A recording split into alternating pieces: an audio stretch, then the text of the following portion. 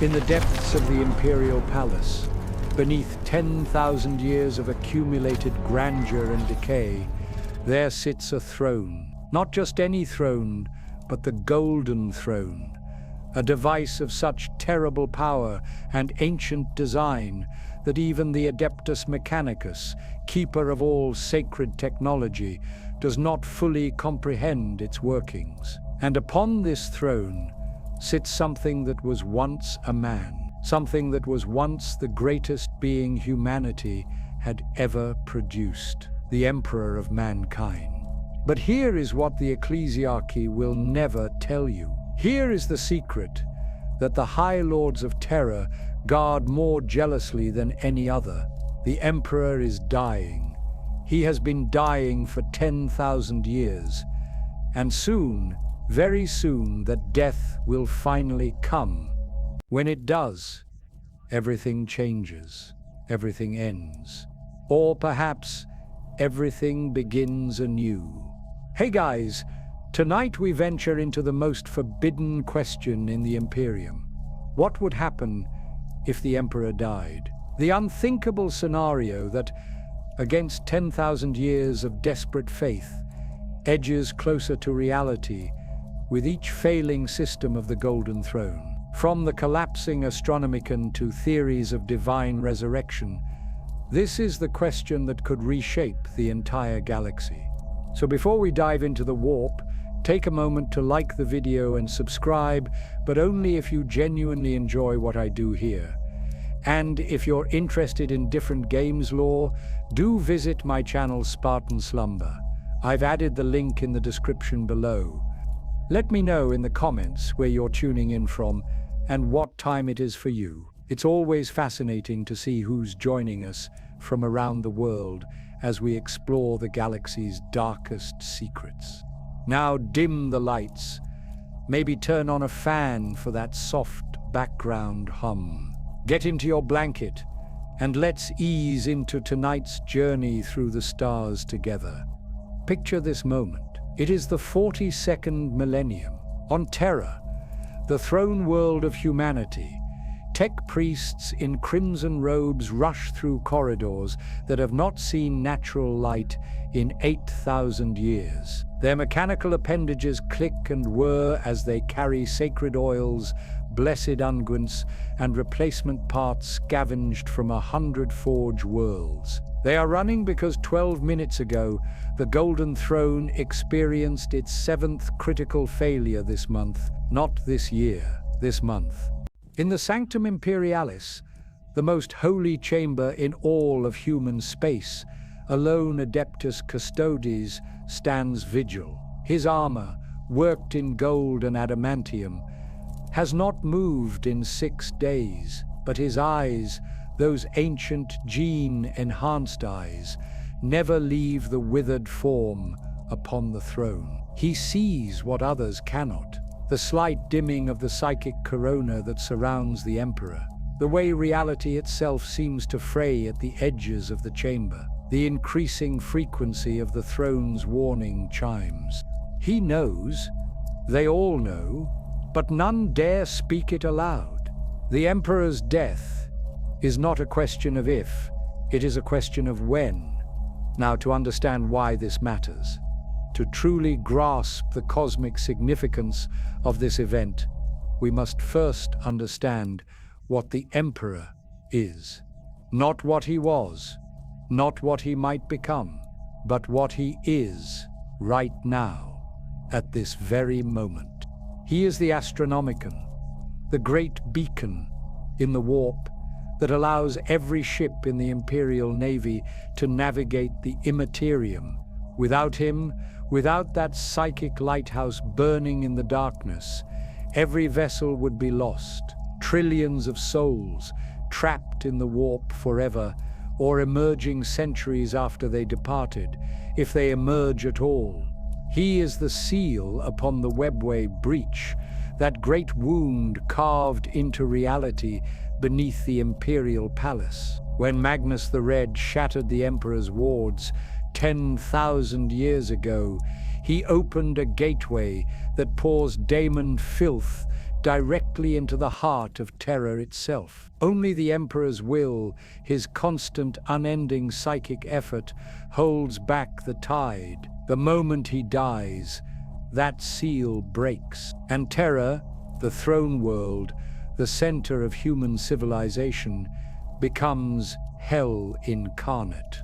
He is the god that he never wanted to be. For 10,000 years, a trillion souls have prayed to him, have died in his name, have channeled their faith, their desperate hope, their fear and love and worship directly into his presence. And that faith, that belief, it has power in the warp. It has transformed him, changed him, elevated him into something he spent his entire existence trying to prevent, a god of humanity, a warp entity of such tremendous power that even the chaos gods themselves take notice. But gods can die, even human ones. The Mechanicus knows this. In the highest circles of Mars, in data vaults sealed by codes that predate the Imperium itself, there are projections, calculations, estimates of when the Golden Throne will finally fail. The optimistic assessments give it centuries. The realistic ones measure time in decades. The pessimistic ones, the ones based on current rate of degradation, suggest that it might already be too late. Every day, 10,000 psykers are sacrificed to feed the Emperor's power. Their souls are consumed, utterly destroyed, to provide him the psychic energy he needs to maintain the Astronomican, to hold the Webway breach, to simply continue existing. And every year that number grows. More psykers, more souls, more desperate measures to sustain a life that was never meant to last this long. The black ships scour the Imperium, taking every psyker they can find. The Scholastica Sea Kana processes them, trains them, sanctifies them, and then, one by one, they are led into the depths of the palace, into chambers where the walls weep with condensed psychic energy, where reality bends and twists, where they are connected to the Golden Throne itself. Most last seconds. Their souls ignite like matches, burning bright and brief before guttering out into nothingness. Some last minutes, their psychic essence feeding the Emperor like oil feeds a flame. A rare few last hours, their power significant enough that the tech priests mark their names in the great ledgers, noting them as particularly valuable sacrifices. None last days. The Emperor's hunger is too great, and still he fades. Slowly, imperceptibly, but inevitably, he fades. But the question that keeps the High Lords awake at night, the question that haunts the dreams of every Inquisitor who knows the truth, the question that we must ask ourselves is this: what happens next? Does the Emperor simply die? Does the greatest being humanity ever produced finally succumb to wounds that have festered for 10 millennia? Does his psychic presence wink out like a candle in the void, leaving nothing behind but a corpse and the ashes of humanity's dreams? Or does something else happen? Something stranger? Something that might be worse? Or might be salvation itself? You see, there are theories, whispered in the darkest corners of the Inquisition, debated in the sealed chambers of the Adeptus Custodes, calculated in the logic engines of Mars. Theories about what the Emperor might become, about what he already is becoming, about the nature of death itself when applied to a being who has transcended mortality.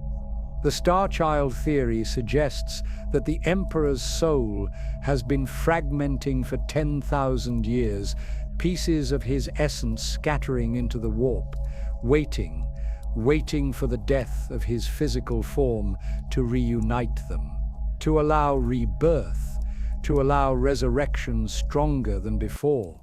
The chaos theories, whispered by those who have stared too long into the warp, suggest something darker, that the Emperor is already dead, that what sits upon the golden throne is merely an echo, a warp reflection, a daemon wearing the skin of humanity's greatest hope, that his death would merely confirm what has already occurred. And then there are those who say he will rise. That faith has made him real, that the prayers of countless trillions have given him power beyond anything he possessed in life, that his death will not be an ending, but an ascension, the birth of a new god, the Emperor Ascendant, the true god of mankind. But to understand these futures, to grasp what might come, we must first understand how we arrived at this moment. We must go back before the throne, back before the heresy, back to when the Emperor walked among his sons and the future seemed bright, back to when everything was possible and nothing had yet gone wrong. The Emperor did not begin as a god. He began as a man, or rather, he began as thousands of men, thousands of ancient human shamans who saw the birth of chaos in the warp and knew that humanity needed a protector. In a ritual lost to time, in an age before history was written, these shamans gathered. They merged their souls, their power, their very essence into a single being, an immortal, a perpetual, a weapon against the darkness. That was 40,000 years ago. 40,000 years of guiding humanity from the shadows. 40,000 years of fighting chaos in secret. 40,000 years of waiting for the right moment to reveal himself and unite humanity under one banner. That moment came after the Age of Strife.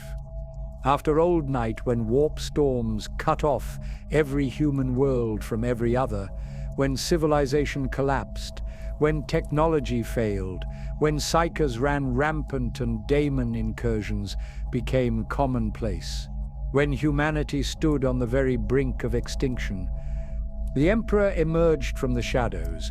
On Terra, on humanity's birth world, he unified the warring techno-barbarian tribes through a combination of superior technology, unmatched psychic might, and sheer force of will. He created the Thunder Warriors, the prototype super soldiers who would eventually be replaced by the more stable Space Marines. He conquered Terra in the Unification Wars, bringing order to chaos, bringing hope to despair. But Terra was not enough. The galaxy awaited, and the Emperor had a plan, a vision so vast and so ambitious that even now, 10,000 years later, few truly understand its scope. He created the Primarchs, 20 demigod sons, crafted from his own genetic material, enhanced with warp craft and science that blurred the line between the two. Each Primarch was designed for a specific purpose, a specific role in the grand design. Each possessed powers and abilities that made them near equals to the Emperor himself. But the ruinous powers intervened. The Chaos Gods, seeing the threat these beings posed, stole the infant Primarchs from their gestation pods beneath the Himalayan mountains. They scattered them across the galaxy, each one falling to a different world, each one growing up in vastly different circumstances. The Emperor did not despair. Instead, he accelerated his plans. Using the genetic material from the Primarchs, he created the Space Marine Legions, 20 legions, each bearing the gene seed of their absent Primarch. Hundreds of thousands of enhanced warriors, superhuman in every way, loyal beyond question, designed for one purpose only: conquest. The Great Crusade began in the early 31st millennium. The Emperor, leading his armies personally, burst forth from Terra with a fleet that numbered in the thousands. World after world fell to the Imperial advance. Human colonies lost during Old Night were reunited with Terra. Xenos empires were exterminated. Chaos worshippers were purged with extreme prejudice. And one by one, the Emperor found his sons. Horus was the first, found on the world of Chthoniya, already a great warrior and leader. Leman Russ was discovered on the ice world of Fenris, leading a tribe of warriors against monsters. Fulgrim was found on the industrial nightmare of Chemos, having already lifted his people from the brink of starvation. Each Primarch was unique, each brought their own culture and methods to their legion, and each swore loyalty to their father.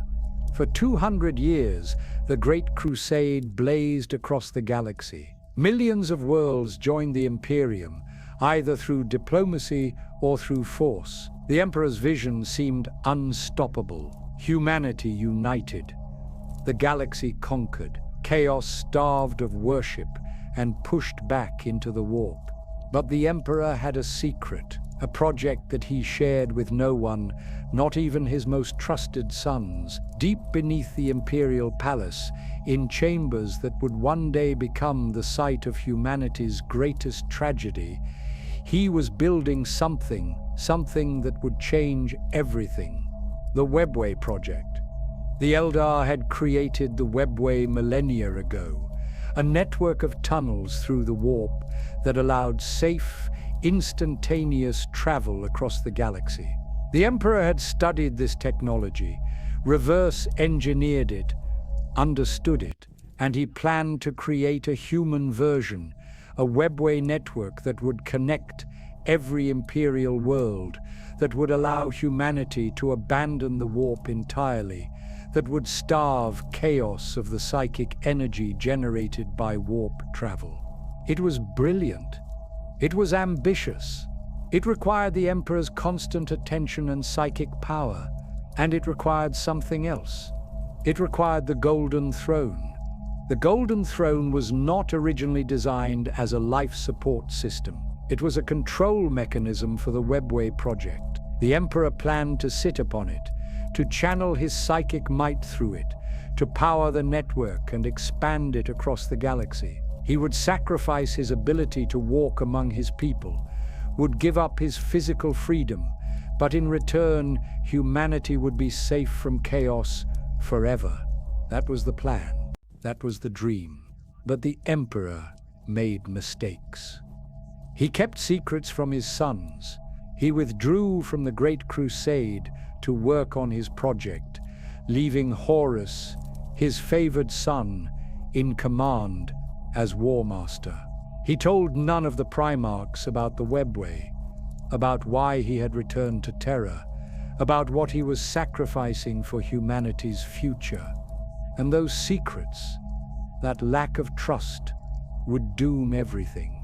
The Council of Nicaea was the first great mistake. As the Great Crusade progressed, concerns grew about the use of psychic powers within the legions. Some Primarchs, like Magnus the Red of the Thousand Suns, embraced the warp, seeing psychic power as just another tool to be used. Others, like Mortarion of the Death Guard and Leman Russ of the Space Wolves, viewed it with suspicion and hatred, seeing it as dangerously close to sorcery and chaos worship. The Emperor convened a council on the planet Nicaea to settle the matter. Monarchs argued their cases. Evidence was presented, dire warnings were given about the dangers of the warp. And the Emperor, who was himself the most powerful Psyker in the galaxy, sided with the anti-Psyker faction. The Librarius programs, the sanctioned Psykers within each legion, were disbanded. The use of psychic powers beyond the bare minimum necessary for communication and navigation was forbidden. And Magnus the Crimson King, the most psychically gifted of all the Primarchs, was specifically ordered to cease his studies into the nature of the warp. Magnus obeyed. He disbanded his librarians. He ceased his experiments. He withdrew to his home world of Prospero, bitter and confused, unable to understand why his father, who wielded the warp so masterfully, would deny that same tool to his sons. But Magnus was loyal. Whatever else might be said about him, whatever mistakes he would make, his loyalty to the Emperor was absolute. He loved his father with the desperate, fierce love that only a son can have. And it was that love that would destroy everything. While Magnus sulked on Prospero, while the Emperor worked in secret beneath the palace, while the Great Crusade continued to expand the Imperium's borders, something terrible was happening. On the world of Davin, the War Master Horus had been wounded by a weapon tainted with chaos. His advisors, already corrupted by the Word-Bearer's Legion's secret chaos worship, convinced him to undergo a healing ritual in a chaos temple.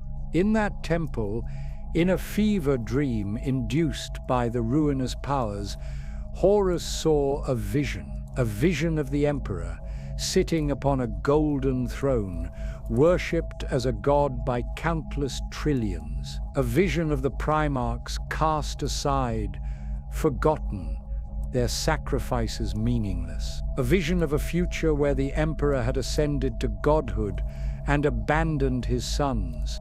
The vision was a lie, or rather it was a truth taken out of context, twisted, presented in the worst possible light. The Emperor did plan to sit upon a throne, but not for worship. He did plan for a future where the Primarchs might not be necessary, but only because their success would mean a galaxy at peace. But Horus did not know about the Webway project, did not know about the Emperor's true plans, did not know the context that would have made the vision make sense. All he knew was rage, betrayal, the cold fury of a son who believes his father has abandoned him. Horus turned to chaos. The greatest of the Primarchs, the most favored son, the War Master himself, swore loyalty to the dark gods.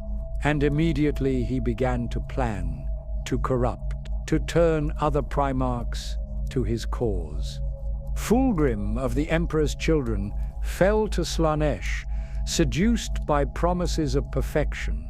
Angron of the World Eaters, already half mad from the butcher's nails implanted in his brain, gave himself to Khorne. Mortarion of the Death Guard, who hated psychers and sorcery, ironically fell to Nurgle through the manipulations of his first captain, Typhon. Perturabo of the Iron Warriors, bitter at being used as siege troops rather than glorious conquerors, joined out of spite. The Alpha Legion's loyalties became murky and confused. The Night Lords followed their Primarch Conrad Kersey into madness and rebellion. The Word-Bearers, who had started it all with their secret chaos worship, openly declared for Horus. Half the legions, half of the Emperor's gene-forged sons, corrupted, turned, ready to wage war against their father. But the Emperor still did not know. Deep beneath the palace, he worked on the Webway, unaware that his Imperium was about to be torn apart from within. And then Magnus learned of Horus's betrayal. Through his psychic powers, despite the Emperor's command to cease such studies, Magnus had continued to observe the galaxy, to watch, to learn, and he saw what was coming. He saw the betrayal. He saw the trap being laid at Istea. He saw Horus's corruption. He had to warn the Emperor, had to make him understand the danger. But how? He was on Prospero, thousands of light years from Terra. Even the fastest ship would take months to reach the throne world. By then, it would be too late. So Magnus made a choice. a choice born of love and desperation and absolute loyalty to his father, a choice that would doom the galaxy. He would use sorcery. He would break his father's edict. He would pierce the veil between reality and the warp, and he would project his consciousness across the galaxy directly to Terra, directly to the Emperor himself. He gathered his most powerful sorcerers. He prepared the greatest psychic ritual the Thousand Suns had ever attempted. He focused all of his will, all of his power, all of his desperate need to save his father into a single psychic scream that would traverse the galaxy in an instant. On Terra, deep beneath the palace, the Emperor was working on the Webway. The delicate psychic wards that protected the construction from daemonic intrusion were in place. The carefully constructed barriers between reality and the warp were holding. The project was proceeding exactly as planned, and then Magnus's warning arrived. It hit the psychic wards like a meteor striking a window. The barriers shattered, the protections exploded. The carefully maintained seal between the Webway and the warp was destroyed in an instant, and the daemons poured through, billions of them. Countless, infinite. Every horror the warp could produce, flooding into the Imperial Webway, killing everything in their path, surging toward Terra itself. The Emperor's dream died in that moment. 10,000 years of planning, centuries of construction, the future of humanity itself, destroyed by his most loyal son's desperate attempt to save him. The Emperor had no choice. He ran to the Golden Throne, the device meant to power the Webway, and he sat upon it. He channeled every ounce of his psychic might into holding back the demonic tide, into preventing the breach from expanding, into keeping the daemons from reaching Terra's surface. He could not leave, could not step away even for a moment. The instant he did, Terra would fall. The throne world would become a daemon world. Humanity's heart would be ripped out. The Emperor, the master of mankind, the being who had led the great crusade and united humanity, was trapped, imprisoned by duty, chained to the Golden Throne by the desperate need to prevent an even greater catastrophe. And Horus, hearing of this, smiled. His father was immobilized, unable to lead his armies, unable to stop the coming rebellion. The Horus heresy had begun, and the Emperor could do nothing but watch from his throne as his Imperium burned. The psychic scream that Magnus sent across the galaxy was meant to save his father.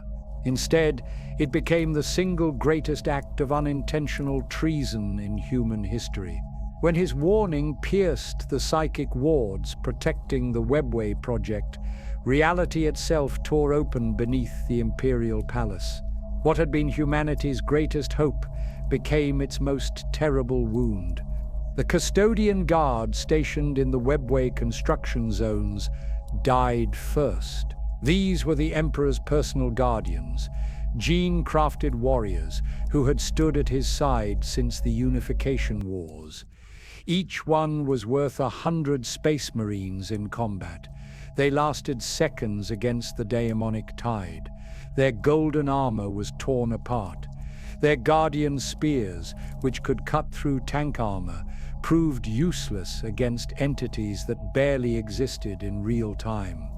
The human workers, the thousands of menials and tech priests who had spent decades building the Webway tunnels, they did not die quickly. The daemons took their time. What happened in those tunnels in those first few hours of the breach is recorded in sealed vaults beneath the palace. The custodians, who eventually pushed back far enough to find the bodies, could not speak of what they saw. Some went mad. Others simply requested immediate mind wipe, choosing to forget rather than carry those memories. The Emperor felt every death. Sitting upon the golden throne, his consciousness expanded through the Webway network.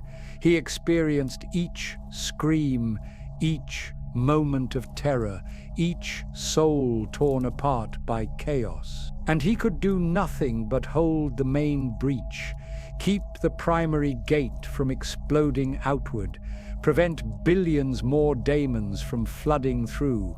Malcador the Sigillite found him there, wreathed in psychic fire, his physical body rigid with effort. Malcador was the Emperor's oldest friend, perhaps the only true friend he had. A perpetual like the Emperor himself, Malcador had walked beside him for thousands of years. He took one look at the situation and understood immediately. The Emperor was trapped. Someone had to command the Imperium. Someone had to organize the defense. Someone had to keep the nascent bureaucracy functioning, while the Emperor held back literal hell. Malcador became the Emperor's voice. His hand, his will made manifest. While the Emperor sat frozen on the golden throne, Malcador issued orders in his name. He coordinated the custodian response. He summoned the Sisters of Silence, the anti-psyker blanks, whose very presence weakened demonic manifestations. He began the war that would rage in the tunnels beneath the palace for the next 7 years. But Malcador could not command the legions, could not coordinate the military response to Horus's betrayal. That fell to others. Horus made his move at Istvan III. He had turned 4 legions completely to chaos: the Sons of Horus, the World Eaters, the Death Guard, and the Emperor's children. But within each legion were elements that remained loyal to the Emperor, warriors who had not succumbed to corruption. Horus could not afford to have these loyalists at his back when he made his move against Terra. So he invented a rebellion, a false flag operation on Istvan III, where loyalist elements were told to make planetfall and suppress an uprising. Instead, Horus ordered his fleet to conduct exterminatus. Virus bombs rained down on the planet's surface, killing billions. The atmosphere itself ignited in a firestorm that scoured all life from the world. Most of the loyalists died in that moment, but some survived, protected in sheltered positions or deep underground. So Horus sent down the corrupted elements of his legions to finish the job. The Battle of Istvan II lasted for months. Traitor fought loyalist in the ruins of a dead world. Brothers killed brothers. The few loyalists who remained fought with desperate courage, knowing they were already dead, hoping only to wound the traitor forces enough to matter. Captain Garviel, Loken of the Lunar Wolves, one of Horus's most trusted commanders, fought to the very end. He had tried to warn the Emperor about Horus's corruption, had seen the signs, had begged his Primarch to turn back from the path of damnation. Now he stood in the ruins of the Precentor's palace on Istvan III, surrounded by the bodies of his brothers, making his final stand. He did not survive. None of them did. The Istvan III atrocity, as it came to be known, ended with the complete extermination of all loyalist elements within the traitor legions. Horus had purged his ranks. Now he could move forward without fear of betrayal from within. The Imperium learned of Istvan III within weeks. Astropathic messages, psychic communications sent through the warp, brought word of Horus's betrayal. Rogel Dawn, Primarch of the Imperial Fists and Praetorian of Terra, refused to believe it at first. Horus was the War Master, the Emperor's favored son, the greatest of them all. It had to be a mistake, a misunderstanding. But the evidence was undeniable. 7 legions had declared for Horus. 7 Primarchs had turned traitor. the Imperium was at war with itself. Dawn made the decision that would save Terra but doom thousands of worlds. He recalled the Imperial fists to the throne world. He began fortifying the palace, turning it into a fortress that could withstand any siege. He sent word to other loyal legions, calling them back to defend humanity's heart. But he made a terrible mistake.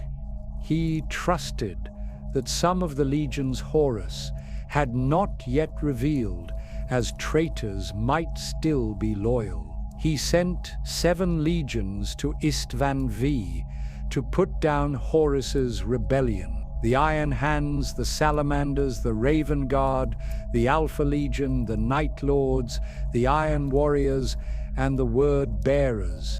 4 of those legions were already sworn to Horus. The Word Bearers had orchestrated the entire heresy. The Alpha Legion's loyalties were unclear, even to themselves. The Night Lords followed their mad Primarch into rebellion. The Iron Warriors had joined Horus out of bitterness and spite.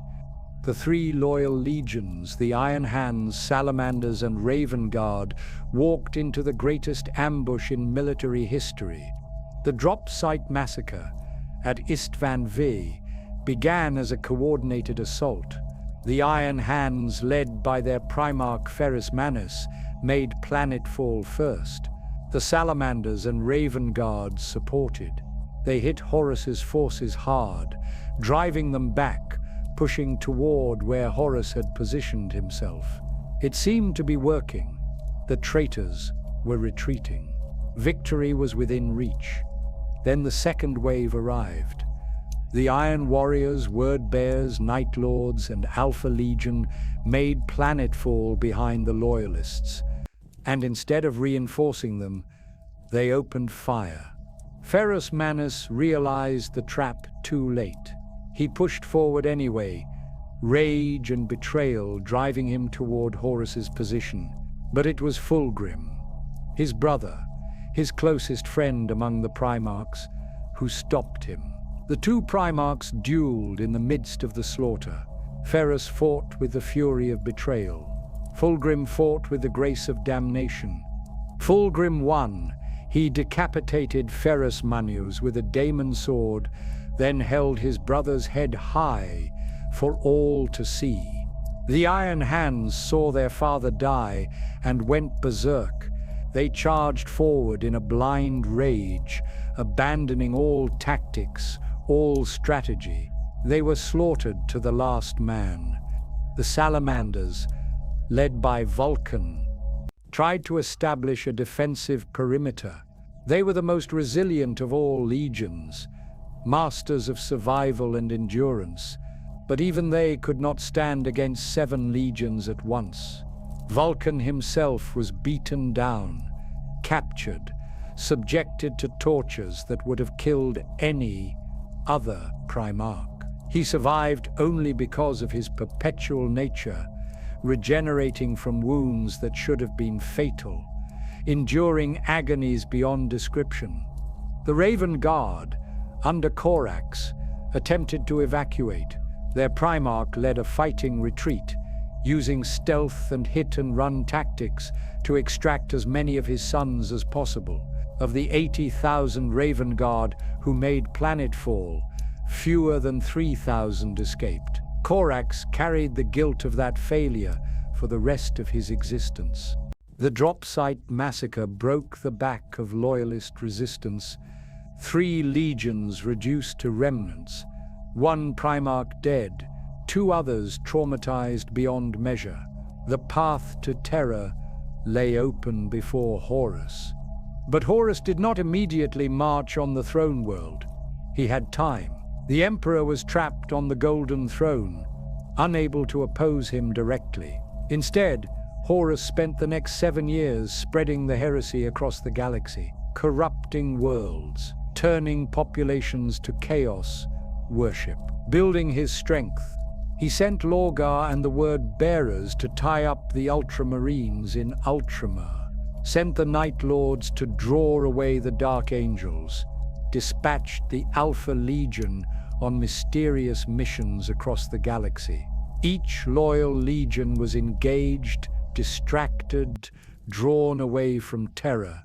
Meanwhile, on the throne world, the Emperor sat immobilized. The war in the Webway raged without pause. Every day, custodians and Sisters of Silence fought and died in those tunnels. Every day, the daemons pushed a little closer to breaking through. Every day, the Emperor had to pour more of his psychic might into holding them back. He could see what was happening across the galaxy, could perceive Horus's movements, the spread of chaos, the corruption of his Imperium. But he could not act, could not lead his armies, could not even speak clearly to his remaining loyal sons. Malcador did his best. The Sigillite coordinated defenses, organized resistance, kept the Imperium functioning, but he was not the Emperor. He could not inspire the same loyalty, the same devotion. He could not be everywhere at once, could not make the impossible decisions with the same certainty. The Imperium was dying. Slowly, sector by sector, world by world, it was falling to chaos. The dream of human unity, of a galaxy at peace, of protection from the warp's predations, was burning. Everything the Emperor had built over the course of the Great Crusade was being torn down by his own son. And there was nothing he could do but watch. The irony was not lost on him. Magnus had tried to save him, had broken his edict out of love and loyalty, had used forbidden sorcery because he trusted his father enough to believe he would forgive the transgression if it meant saving the Imperium. Instead, that act of love had doomed everything, had trapped the Emperor, had given Horus the opening he needed, had set in motion a war that would kill trillions and cripple humanity for 10,000 years. The road to hell, as they say, is paved with good intentions. Magnus had intended to save his father.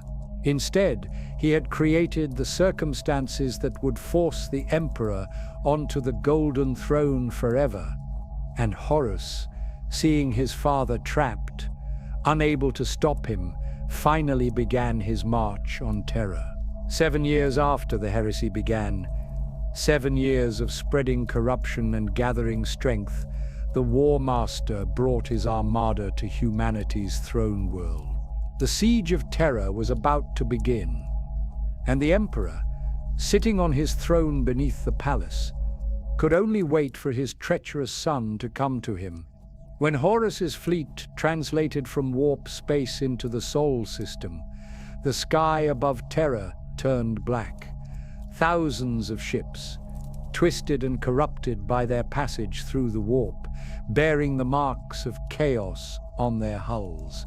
The largest armada humanity had ever assembled, but this time it came not as savior, but as destroyer. Rogel Dawn had spent 7 years preparing for this moment. The Imperial Palace, already the most fortified structure in the galaxy, had been transformed into something beyond comprehension. Walls that could withstand orbital bombardment, gun emplacements that could track targets in low orbit, void shields layered so thick that even a fleet's worth of firepower could not penetrate them easily. The palace had become a fortress within a fortress, a maze of killing fields and death traps, every corridor designed to exact a terrible price from any attacker. But Dawn knew it would not be enough. The forces arrayed against Terra were simply too vast. 9 traitor legions, billions of corrupted Imperial army soldiers, Titan legions that had turned from the machine god, daemon engines that should not exist in real time, the full might of chaos undivided, led by the greatest military mind humanity had ever produced. The bombardment began immediately. Horus did not bother with demands for surrender, did not offer terms. He simply began the systematic destruction of Terra's outer defenses. Orbital platforms that had stood since the Age of Strife were reduced to debris. Defense fleets that had protected the cradle of humanity for thousands of years were annihilated in hours. But Terra's true defense was not in orbit. It was on the ground.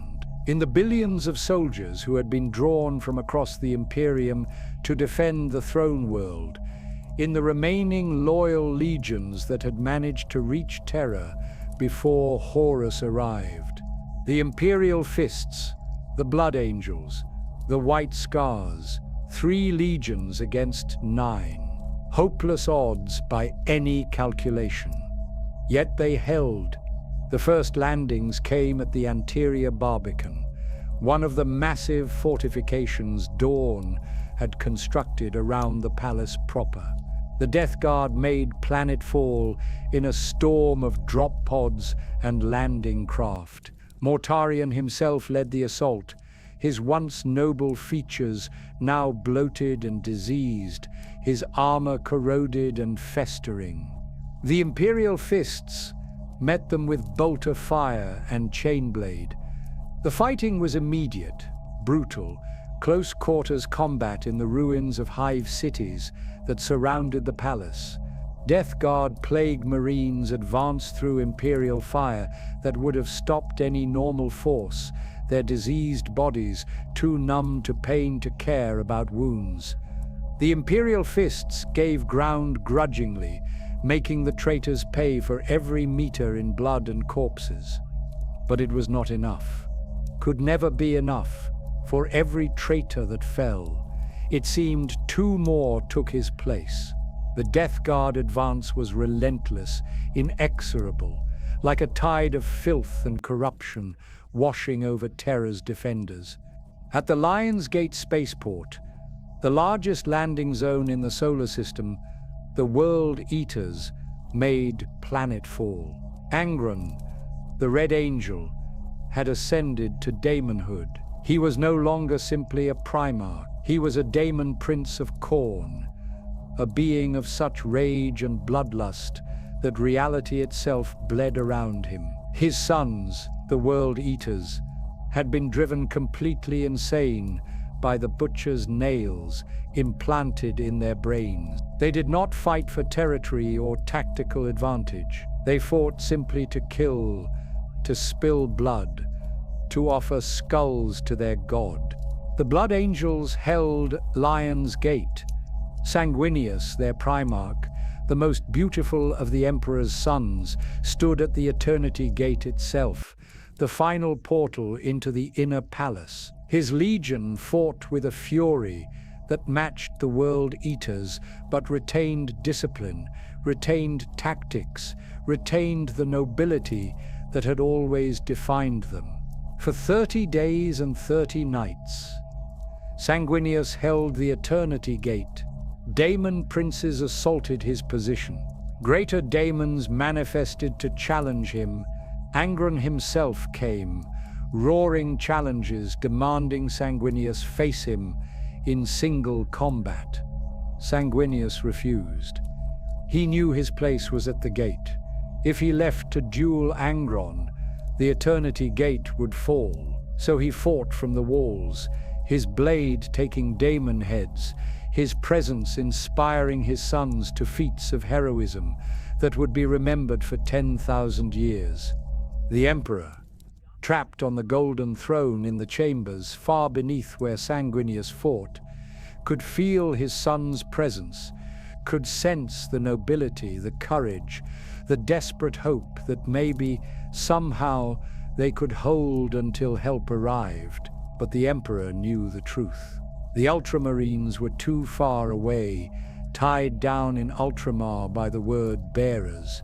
The Dark Angels were chasing the Night Lords across the eastern fringe. The Space Wolves had been mauled at Prospero. No help was coming. Terra stood alone. The siege ground on. Weeks became months. The outer palace fell, then the middle districts, the traitors pushed closer and closer to the inner palace, to the Sanctum Imperialis, to the Emperor himself. Every defensive line Dawn had prepared was tested to destruction. Every contingency he had planned was exhausted. Beneath the palace, the war in the Webway grew worse. The daemons sensed their master's armies at the gates. They pushed harder against the Emperor's psychic barriers. More custodians died every hour, holding the tunnels. The Sisters of Silence were exhausted. Their anti-psyker powers strained to the limit. Malcador knew they could not hold much longer. The Sigillite had aged visibly over the past 7 years. The strain of governing the Imperium, of coordinating Terra's defense, of supporting the Emperor's efforts to hold the Webway, had worn him down. He was dying, slowly, but inevitably. Even a perpetual has limits. He made a decision that would echo through history. He went to the Emperor, to the throne room, where his oldest friend sat wreathed in psychic fire. He knelt before the golden throne, and he offered to take the Emperor's place. The Emperor refused at first. Sitting on the golden throne, maintaining the psychic barriers that held back the demonic tide, required power beyond even what Malcador possessed. It would kill him in hours, if not minutes. But Malcador insisted. The Emperor had to face Horus, had to end this. The War Master would never stop, never surrender, not while breath remained in his body. And if the Emperor could kill Horus, could strike down the leader of the rebellion, the heresy would collapse. The traitor legions would fragment. Terra might yet survive. So the Emperor stood. For the first time in 7 years, he rose from the golden throne. Malcador took his place, settling into the throne with a grimace of pain. Immediately his hair began to turn white. His skin began to wither. The golden throne was burning through his life force like a torch consuming paper. But Malcador smiled, looked at his friend, and told him to make it quick. The Emperor did not waste the sacrifice. He gathered his custodians, his personal guard. He summoned Rogel Dawn and Sanguinius. Together they would teleport aboard Horus's flagship, the Vengeful Spirit. They would strike at the head of the serpent. But first, they had to wait for Horus to give them an opening. Horus, for his part, knew his father was trapped on the golden throne, knew that the Emperor could not leave without Terra falling to the Webway breach.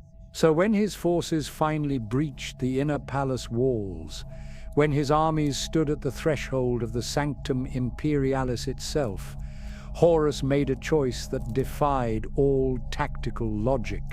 He lowered the void shields on the Vengeful Spirit. It was an invitation, a challenge, a declaration that Horus was not afraid of his father, that he welcomed the confrontation, that he believed himself strong enough to stand against the Emperor himself. The Chaos Gods had promised him this, had shown him visions of his victory, had filled him with their power until he believed himself invincible. 4 gods channeling their might through a single mortal vessel. How could the Emperor stand against that? The Emperor saw the shields drop, knew it was a trap, understood that Horus wanted this confrontation, had planned for it, had the backing of all 4 ruinous powers. It did not matter. This was the only chance. Malcador was dying on the golden throne. Terra was falling. The Imperium was hours from complete destruction. The Emperor, Dawn, and Sanguinius teleported to the Vengeful Spirit. The warp interference from Horus's corrupted ship scattered them across different parts of the vessel. Dawn found himself in the engine rooms, fighting corrupted crew. The Emperor materialized in corridors that seemed to shift and change, that existed in multiple dimensions simultaneously. Sanguinius arrived in the throne room. And there, waiting for him, was Horus. The two Primarchs looked at each other across the corpse-strewn chamber. Brothers who had fought side by side for 2 centuries. Friends who had shared victories and hardships. The closest of all the Primarchs, bound by mutual respect and genuine affection. Horus smiled. It was not the warm smile Sanguinius remembered. It was cold, predatory. The smile of something wearing his brother's face. He offered Sanguinius a choice. Join him. Together they could rule the galaxy. The Emperor was old, was tired, was finished. A new order was rising, and there was a place in it for the Angel. All Sanguinius had to do was kneel. Sanguinius had known this moment was coming. His precognitive visions had shown it to him, had revealed his death at Horus's hands, but those visions had also shown him something else.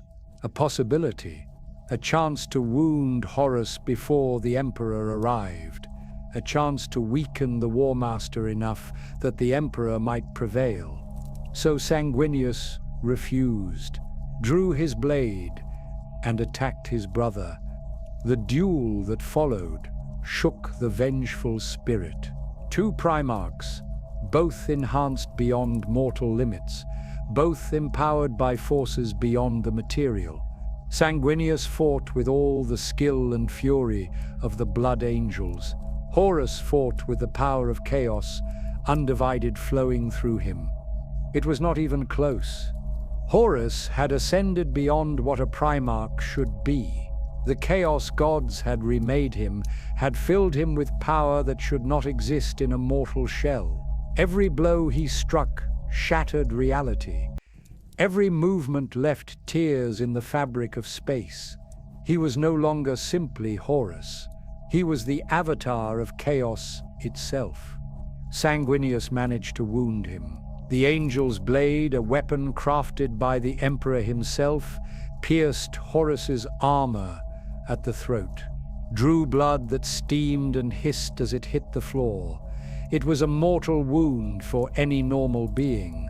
Horus laughed. The wound closed almost immediately, chaos energy knitting flesh back together. Then he struck back. His power claw, the talon of Horus, caught Sanguinius across the chest.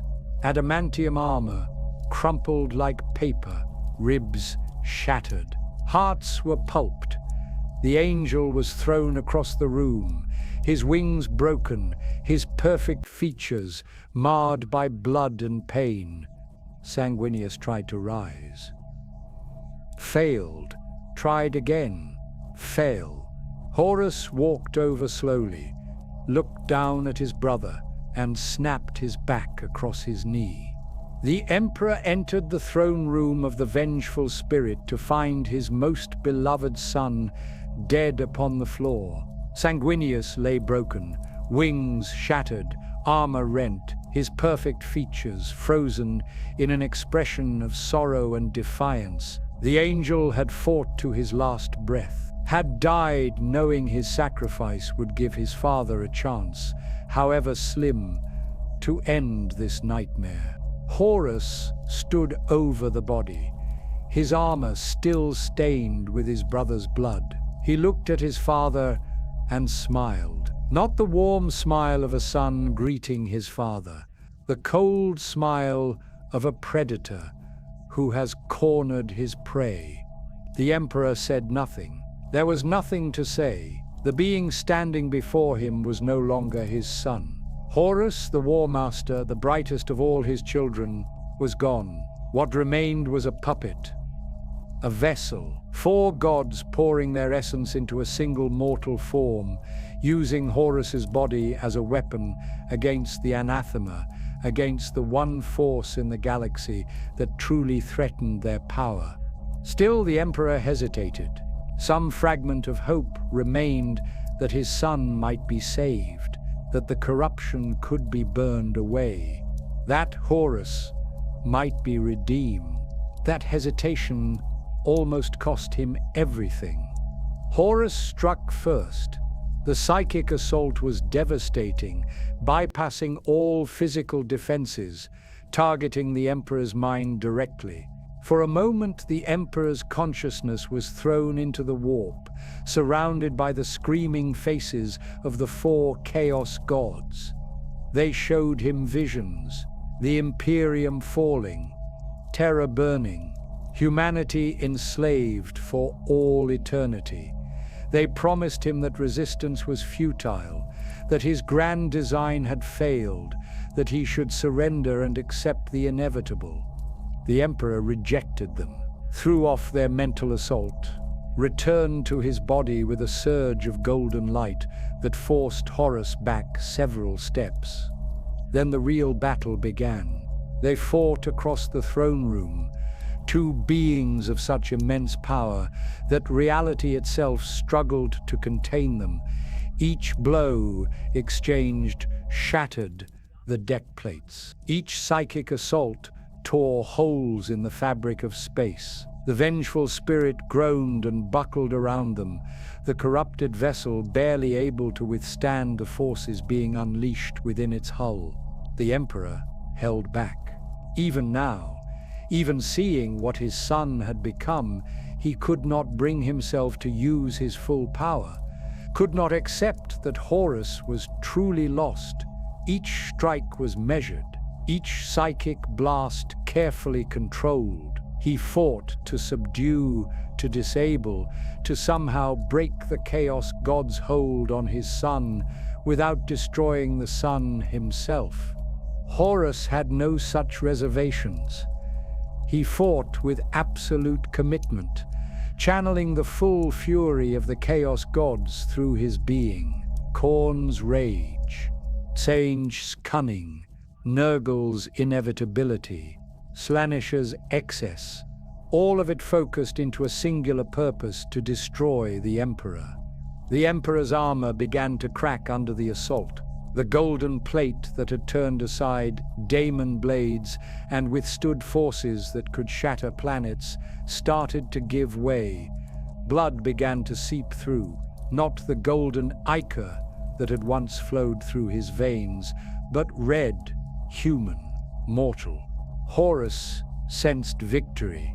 He pressed the attack, his power claw tearing through the Emperor's defenses, each strike coming closer to a killing blow. The Chaos Gods howled in triumph. The anathema would fall. The greatest threat to their dominion would be eliminated. Humanity would be theirs for the taking. And then, in the midst of this cosmic battle, something unexpected happened. A human intervened. The accounts differ on who it was. Some say it was a Lanius person, a perpetual like the Emperor himself, one of the oldest humans in existence. Some claim it was a lone custodian who had teleported aboard with the Emperor. Others insist it was a simple Imperial army trooper, somehow transported to the flagship, caught in the wrong place at the wrong time. Whoever it was, they saw the Emperor on the verge of defeat, saw Horus raising his claw for the killing strike, and they stepped between them. Horus looked at this human, this insignificant mortal who dared to interrupt his moment of triumph, and he killed them. Not quickly, not mercifully. He took his time, made it hurt. Showed this fool what happened to those who defied the gods. The Emperor watched, saw this act of casual cruelty, this meaningless brutality, inflicted on someone who posed no threat, who could not possibly harm Horus, who was simply trying to protect their Emperor out of loyalty and love. And in that moment, the Emperor understood. There was nothing left of Horus to save. His son was gone. The being wearing his face was nothing but a tool of chaos, empty of compassion, devoid of humanity, incapable of mercy or redemption. The hesitation ended. The Emperor unleashed his full power. Not the measured strikes he had been using. Not the careful applications of force meant to subdue rather than destroy. Everything. All of it. The full psychic might of the most powerful being humanity had ever created, focused into a single devastating attack. The golden light that erupted from the Emperor filled the throne room, burned away the corruption that had seeped into the vengeful spirit, forced the Chaos Gods back, made them recoil from the sheer intensity of the Emperor's will. Horus tried to resist, channeled the power of all four gods to shield himself. For a moment he withstood it. For a moment he seemed to match the Emperor's assault. Then the Emperor pushed harder. The psychic attack did not simply kill Horus's body, it targeted his soul, burned through the layers of corruption, seared away the gifts the Chaos Gods had bestowed, found the core of what had been Horus Lupercal, the Emperor's favored son, and incinerated it. This was not death. This was annihilation, complete and absolute erasure. The Emperor destroyed every fragment of Horus's soul, made certain that nothing would remain for the Chaos Gods to claim, ensured that his son would never be resurrected, never be used as a pawn again. Horus's body collapsed. The armor, once magnificent, now fell empty to the deck. The flesh within turned to ash. The bones crumbled to dust. Of Horus Lupercal, the War Master, the brightest of the Primarchs, nothing remained. But the Emperor's victory came at a terrible cost. Horus's final strike, delivered in the moment before his destruction, had been catastrophic. The power claw had pierced the Emperor's armor and struck true. The wound was mortal. Not even a being like the Emperor could survive it. His spine was shattered, his organs ruptured, his very essence was bleeding away into the warp. The Emperor teleported back to Terra, found himself in the throne room beneath the palace. Malcador still sat upon the golden throne, but the Sigillite was nearly gone. His body had withered to little more than a skeleton. His skin was translucent. His eyes were milky white. Rogel Dawn was there too, having teleported back moments before. The Praetorian took one look at his father and knew the Emperor was dying. The War Master was dead, but the Emperor would not survive to see the victory. Malcador looked at his friend with those fading eyes, smiled, and spoke his last words. They are not recorded in any official history. Only Dawn heard them, and he never shared what the Sigillite said in his final moments. But whatever it was, it made the Emperor close his eyes in sorrow. Then Malcador died. His body crumbled to ash, just as Horus's had. The psychic strain of sitting on the golden throne, of holding back the daemonic tide for those few crucial hours, had burned through even a perpetual's ability to regenerate. The Emperor moved to the throne. Each step was agony, his blood, golden now in death, as it had been in life, left a trail across the floor. Dawn tried to help, to support him, but the Emperor waved him off. This he had to do alone. He sat upon the golden throne. The moment he did, the pain stopped. Not because the wound had healed, but because the throne's systems began to take over. Life support systems engaged. Psychic amplifiers activated. The Emperor's consciousness expanded, flowing through the mechanisms of the throne, connecting with the Webway breach, resuming the battle against the daemons that he had left in Malcador's hands. But something was different now. The throne had not been designed as a life support system. It had been meant as a control mechanism for the Webway project, a way to channel psychic power into expanding and maintaining the human version of the Eldar's network. Using it to sustain a dying body, to keep a mortally wounded being alive indefinitely, was pushing it far beyond its design specifications. The Emperor knew this, understood that he was condemning himself to a slow death, stretched out over millennia, that he would sit on this throne trapped in this dying body, unable to move, barely able to communicate, for as long as the machine could sustain him. There was no choice. The moment he left the throne, the Webway breach would explode outward. Terra would fall. The demonic tide would sweep across the solar system and beyond. Everything he had fought for, everything he had sacrificed, would be lost. So the Emperor spoke. It was difficult. His vocal cords were damaged, his lungs filling with blood, but he managed to give instructions to Rogel Dawn, to the assembled custodians, to the tech priests who had rushed to the throne room. He explained about the Astronomican, how his psychic power would now be needed not just to hold the Webway breach, but to power the great beacon that allowed navigation through the warp. How psychers would need to be sacrificed daily to provide the energy he needed. He gave orders for the Codex Astartes, the reformation of the legions into smaller chapters, spoke of how the Space Marines needed to be divided so that no one commander could ever again lead half the Imperium into rebellion.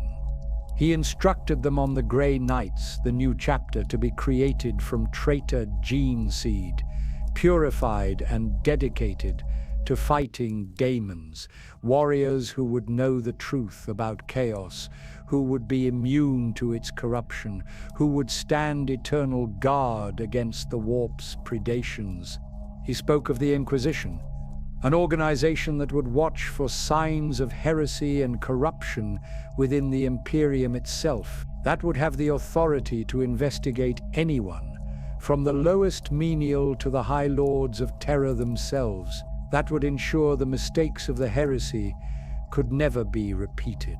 Each word was torture. Each instruction cost him effort that he could barely afford.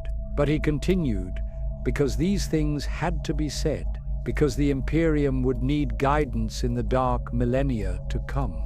Finally, his voice failed completely.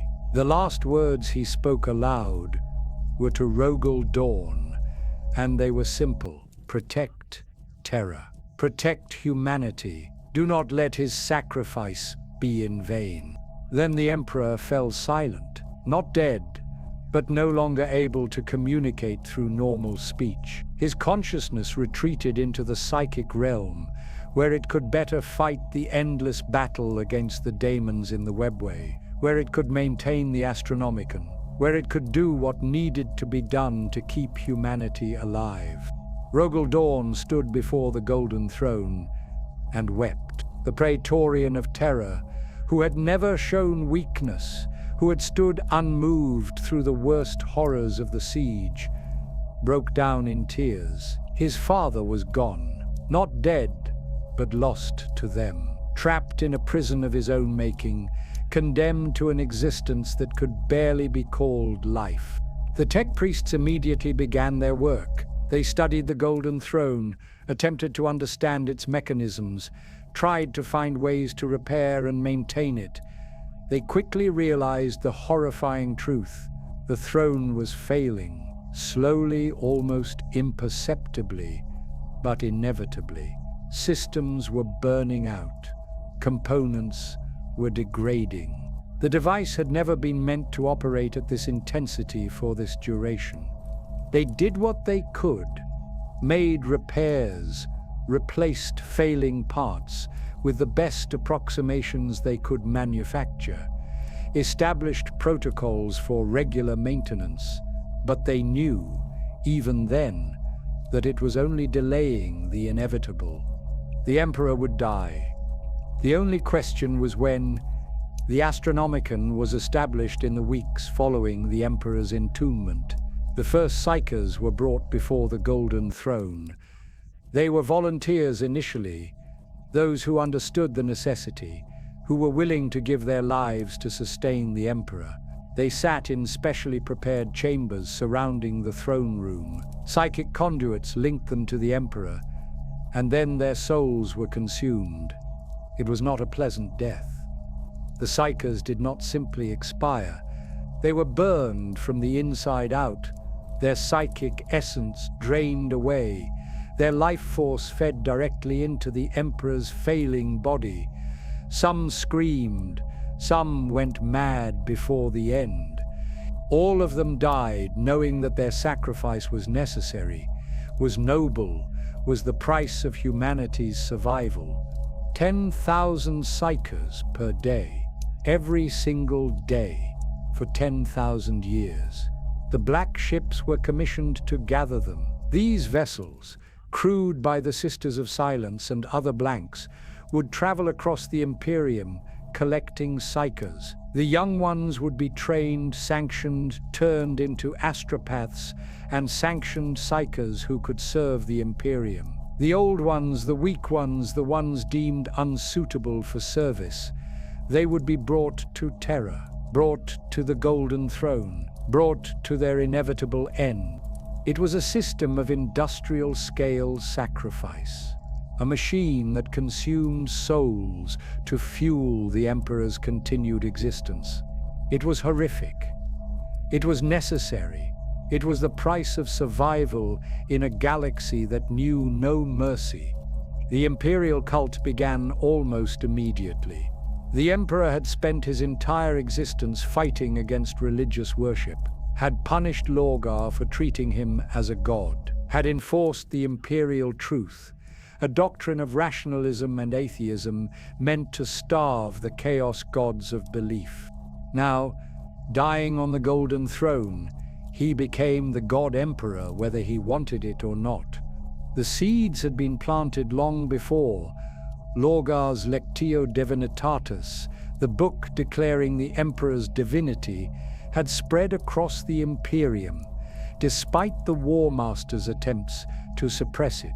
The common people had always viewed the Emperor as more than human. His sacrifice, his willingness to endure eternal torment to protect humanity, only confirmed what they already believed. The Emperor was their god, their savior, their eternal guardian, and they would worship him, no matter what his original wishes had been. The ecclesiarchy grew from these early cults. Small temples dedicated to the God Emperor appeared on worlds across the Imperium. Priests preached of his divinity. Martyrs died with his name on their lips. Miracles were attributed to his intervention. The faith spread like wildfire, fed by humanity's desperate need for hope in the darkness. And something strange began to happen in the warp. The Emperor's presence, always strong, began to grow stronger.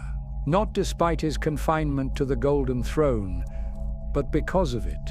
The worship of trillions was having an effect. Their faith, their belief, their prayers, all of it was flowing into the immaterium, feeding the Emperor's psychic presence.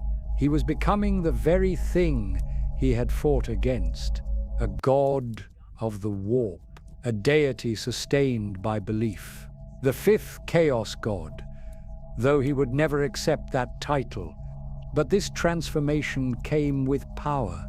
The Emperor, even trapped and dying, began to manifest his will in ways that should have been impossible. Living saints appeared, warriors of faith imbued with a fragment of his power, performing miracles on battlefields across the galaxy. The Astronomican grew brighter, more stable, easier for navigators to see. His protection extended further, touched more lives, saved more souls.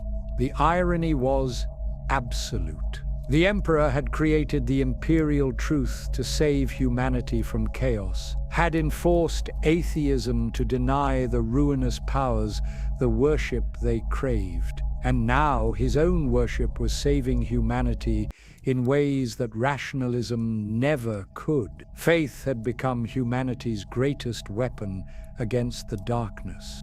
But it came at a cost. The Emperor, who sat upon the golden throne, was no longer the being who had walked among his people during the Great Crusade. 10,000 years of worship had changed him, transformed him, made him into something vast and cold and incomprehensible. When Robert Guilliman, the first Primarch to return in the 42nd millennium, finally stood before his father's throne, he was horrified by what he found.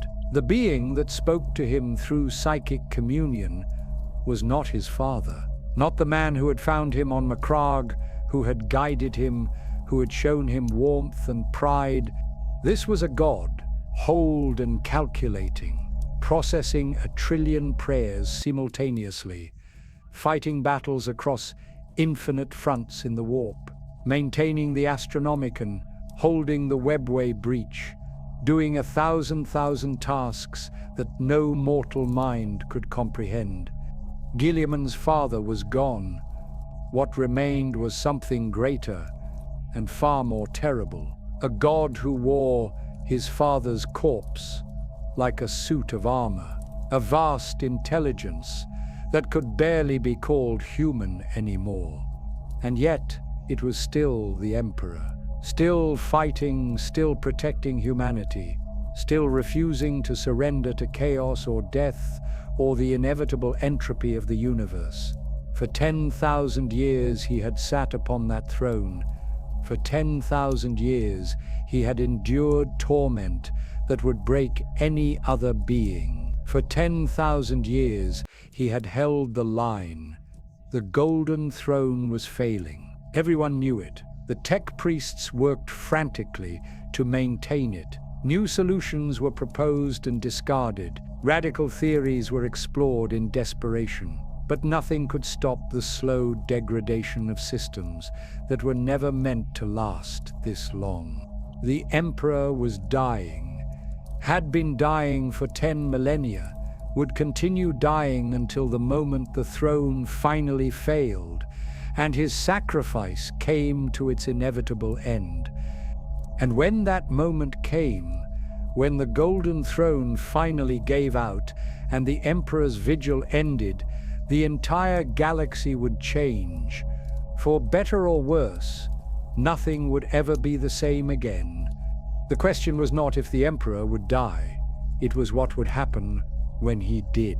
And that answer, terrifying and uncertain, is what keeps the High Lords of Terra awake at night. What drives the Mechanicus to ever more desperate measures. What the entire Imperium, whether they know it or not, holds its breath, waiting to discover. The Imperium that emerged from the Horus heresy was nothing like what the Emperor had envisioned. His dream had been a secular paradise, a galaxy united under reason and science, humanity free from the shackles of superstition and religious dogma, the imperial truth spreading across the stars, denying the chaos gods the worship they craved, starving them into insignificance. Instead, he got the exact opposite. Within a generation of his entombment, the Emperor had become the central figure of the largest religious movement in galactic history. Temples dedicated to his worship appeared on every imperial world. Priests preached sermons about his divinity. Pilgrims traveled across the stars to Terra, hoping for a glimpse of the golden throne. The very thing he had fought against his entire existence had become the foundation of the new Imperium. The Ministorum, later known as the Ecclesiarchy, grew from these scattered cults. At first there was no central authority. Different worlds worshipped the Emperor in different ways. Some saw him as a distant, wrathful god, others as a compassionate father figure. Still others incorporated local beliefs and traditions, creating syncretic faiths that blended imperial worship with native religions. But gradually, inevitably, organization came. The most powerful temples on Terra consolidated their authority. The ecclesiarch, the head of the state church, became one of the high lords of Terra. The adeptus ministorum established orthodoxy, defined heresy, and began spreading their particular interpretation of the imperial cult across the galaxy. They built cathedrals that dwarfed mountains, created works of art depicting the emperor in his glory, compiled the texts that would become the foundation of imperial theology. They transformed the emperor from a historical figure into a mythological one, embellishing his deeds, attributing miracles to his intervention, creating a narrative of divine providence that justified the Imperium's existence. The common people embraced this faith with desperate fervor. Life in the Imperium was hard. Most humans lived in hive cities, massive urban sprawls where billions were crammed into structures that reached kilometers into the sky. They worked in factories where industrial accidents were commonplace, breathed recycled air thick with pollutants, ate corpse starch made from the recycled dead. Their lives were short, brutal, and filled with suffering. The imperial cult gave them hope. It promised that their suffering had meaning, that the God Emperor watched over them, that if they endured, if they had faith, if they died in his service, they would be rewarded in the afterlife. It was a lie, of course, or at least it had been intended as one. But something strange was happening in the warp. The Emperor's psychic presence, fed by the worship of countless trillions, was growing. Not just maintaining itself, but actively expanding. His consciousness, stretched across the entire galaxy through the Astronomican, began to manifest in ways that defied explanation. Living saints started appearing on battlefields across the Imperium.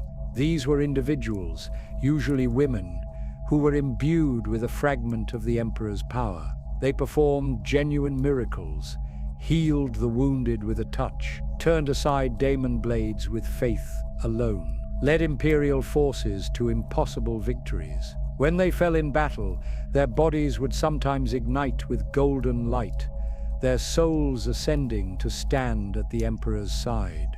The Adepta Sororitas, the Sisters of Battle, became the most visible manifestation of this phenomenon. These women, trained from childhood in combat and faith, wielded the Emperor's power like a weapon. Their acts of faith could turn the tide of battle, make bolters never jam, cause power armor to shrug off wounds that should have been fatal, create shields of pure belief that stop daemon claws. This was not supposed to be possible. Faith was not meant to have real power. The warp was meant to be the domain of chaos alone. But the Emperor's presence in the immaterium was changing the rules, creating a space where human faith could manifest as genuine supernatural force. The Chaos Gods noticed. How could they not? The anathema, the being they had fought since his birth, was becoming something new, something that rivaled their own power. A god of order rising in the sea of souls, a fifth power that threatened the great game they had played since time immemorial. They responded with increased aggression. Daemon incursions became more frequent. Chaos cults spread across imperial worlds. The Eye of Terra, that great wound in reality where chaos reigned supreme, began to expand. The forces of the ruinous powers pushed harder against the Imperium's borders, seeking to destroy this new threat before it could fully manifest. But the Emperor endured. 10,000 years on the Golden Throne, 10,000 years of consuming Psyker souls, 10,000 years of holding back the demonic tide in the Webway. 10,000 years of maintaining the Astronomican. 10,000 years of transforming from man to myth to god. The Astronomican itself became more than just a navigation beacon. Navigators, the mutant humans who could see the warp and guide ships through it, began reporting something strange. The Emperor's light was not just guiding them, it was protecting them. Warp predators that would normally swarm a ship avoided those who sailed close to the Astronomican's beam. Daemons recoiled from vessels whose navigators prayed to the Emperor while traveling the immaterium. The galaxy was dividing along new lines. Not just Imperium versus chaos, but faith versus faithlessness. The Emperor's presence was creating a psychic barrier, a wall of belief that chaos struggled to penetrate. Worlds that held strong in their devotion found themselves protected in ways that defied tactical analysis. Regiments that prayed before battle survived encounters that should have annihilated them. But this came at a terrible price. The Emperor was no longer the being he had been. The man who had walked among his primarchs, who had felt warmth and love and pride in his sons, that person was gone. What remained was something vast and cold. An intelligence that processed 1 trillion prayers simultaneously. A consciousness spread so thin across the galaxy that individual human concerns barely registered. The tech priests maintaining the Golden Throne reported disturbing observations. The Emperor's physical body was continuing to decay, flesh slowing off bones, organs failing despite the throne's life support. Only his psychic will kept the corpse animated, kept the heart beating, kept the lungs drawing breath. Some whispered that the Emperor was already dead, that what sat on the Golden Throne was merely an echo, a psychic imprint sustained by faith, that the real Emperor had died with Horus, and what remained was humanity's collective belief made manifest. A god created by worship rather than the other way around. Others argued the opposite, that the Emperor was more alive than he had ever been, that his consciousness had transcended the physical form, that he was evolving into something beyond mortality, beyond even godhood as the chaos powers understood it, that his entombment was not a prison, but a chrysalis, and one day he would emerge transformed. The truth, as always, was probably more complex than either extreme. The Imperium continued to expand, but slowly. The age of the Great Crusade was over. Now each world conquered required decades of effort. Each system secured cost millions of lives. The boundless optimism of the early Imperium had been replaced by grim determination. Humanity no longer sought to conquer the galaxy, it merely sought to survive in it. The Adeptus Mechanicus, the tech priests of Mars, became increasingly vital to this survival. They alone possessed the knowledge to maintain the Golden Throne. They alone understood, however imperfectly, the mechanisms that kept the Emperor alive. Their forge worlds churned out the equipment necessary for the throne's maintenance. Their explorator fleets scoured the galaxy for STC fragments, ancient technology from the Dark Age that might provide clues to repairing the failing systems. But even they were fighting a losing battle. The Golden Throne was deteriorating faster than they could compensate. Systems that had operated flawlessly for millennia began to fail. Redundancies were exhausted. Backups became primaries. And always, the demand for psychers increased. What had started as 10,000 souls per day crept upward. 15,000, 20,000. The black ships traveled constantly. their holds full of psychers torn from their families, destined for the Golden Throne's endless hunger.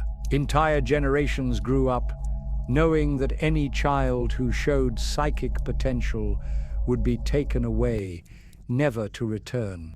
The Imperium had become a machine that consumed its own people to fuel its survival. A vast engine of sacrifice and suffering, all dedicated to keeping one being alive, one corpse, animated by will and faith, and the desperate hope that somehow, someday, things would get better. They never did. The 41st millennium dawned much like the 40th, and the 39th, and every millennium since the heresy. War raged across 1,000,000 worlds. Chaos pressed from the eye of Terra. Orcs gathered in endless balayés. Tyrannid hive fleets descended from beyond the galactic rim. Necrons awakened from their million-year slumber. The Tau Empire expanded, offering the greater good as an alternative to the Imperium's cruelty.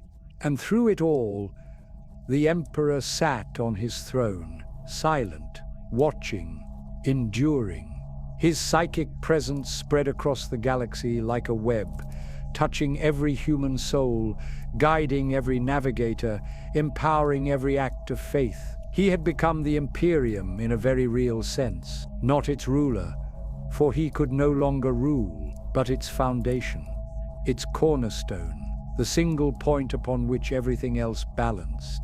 Remove that cornerstone, and everything would collapse. The tech priests knew this. They worked frantically, desperately, to prevent that collapse. New technologies were explored. Radical theories were tested. The Fabricator General of Mars dedicated entire forge worlds to the singular purpose of understanding and maintaining the Golden Throne. It was not enough, could never be enough. The throne was failing. The Emperor was dying, and everyone from the High Lords of Terra to the lowest hive ganger could feel it in their bones. Change was coming. The long stalemate that had defined the Imperium for 10,000 years was approaching its end. What would come after was anyone's guess. Would the Emperor die and take the Imperium with him? Would he somehow transcend death and return stronger than before? Would his passing trigger a new age of darkness or a new age of hope? Nobody knew, but everyone feared that they would find out soon. The first critical failure of the Golden Throne occurred in M32, less than 1,000 years after the Emperor's entombment.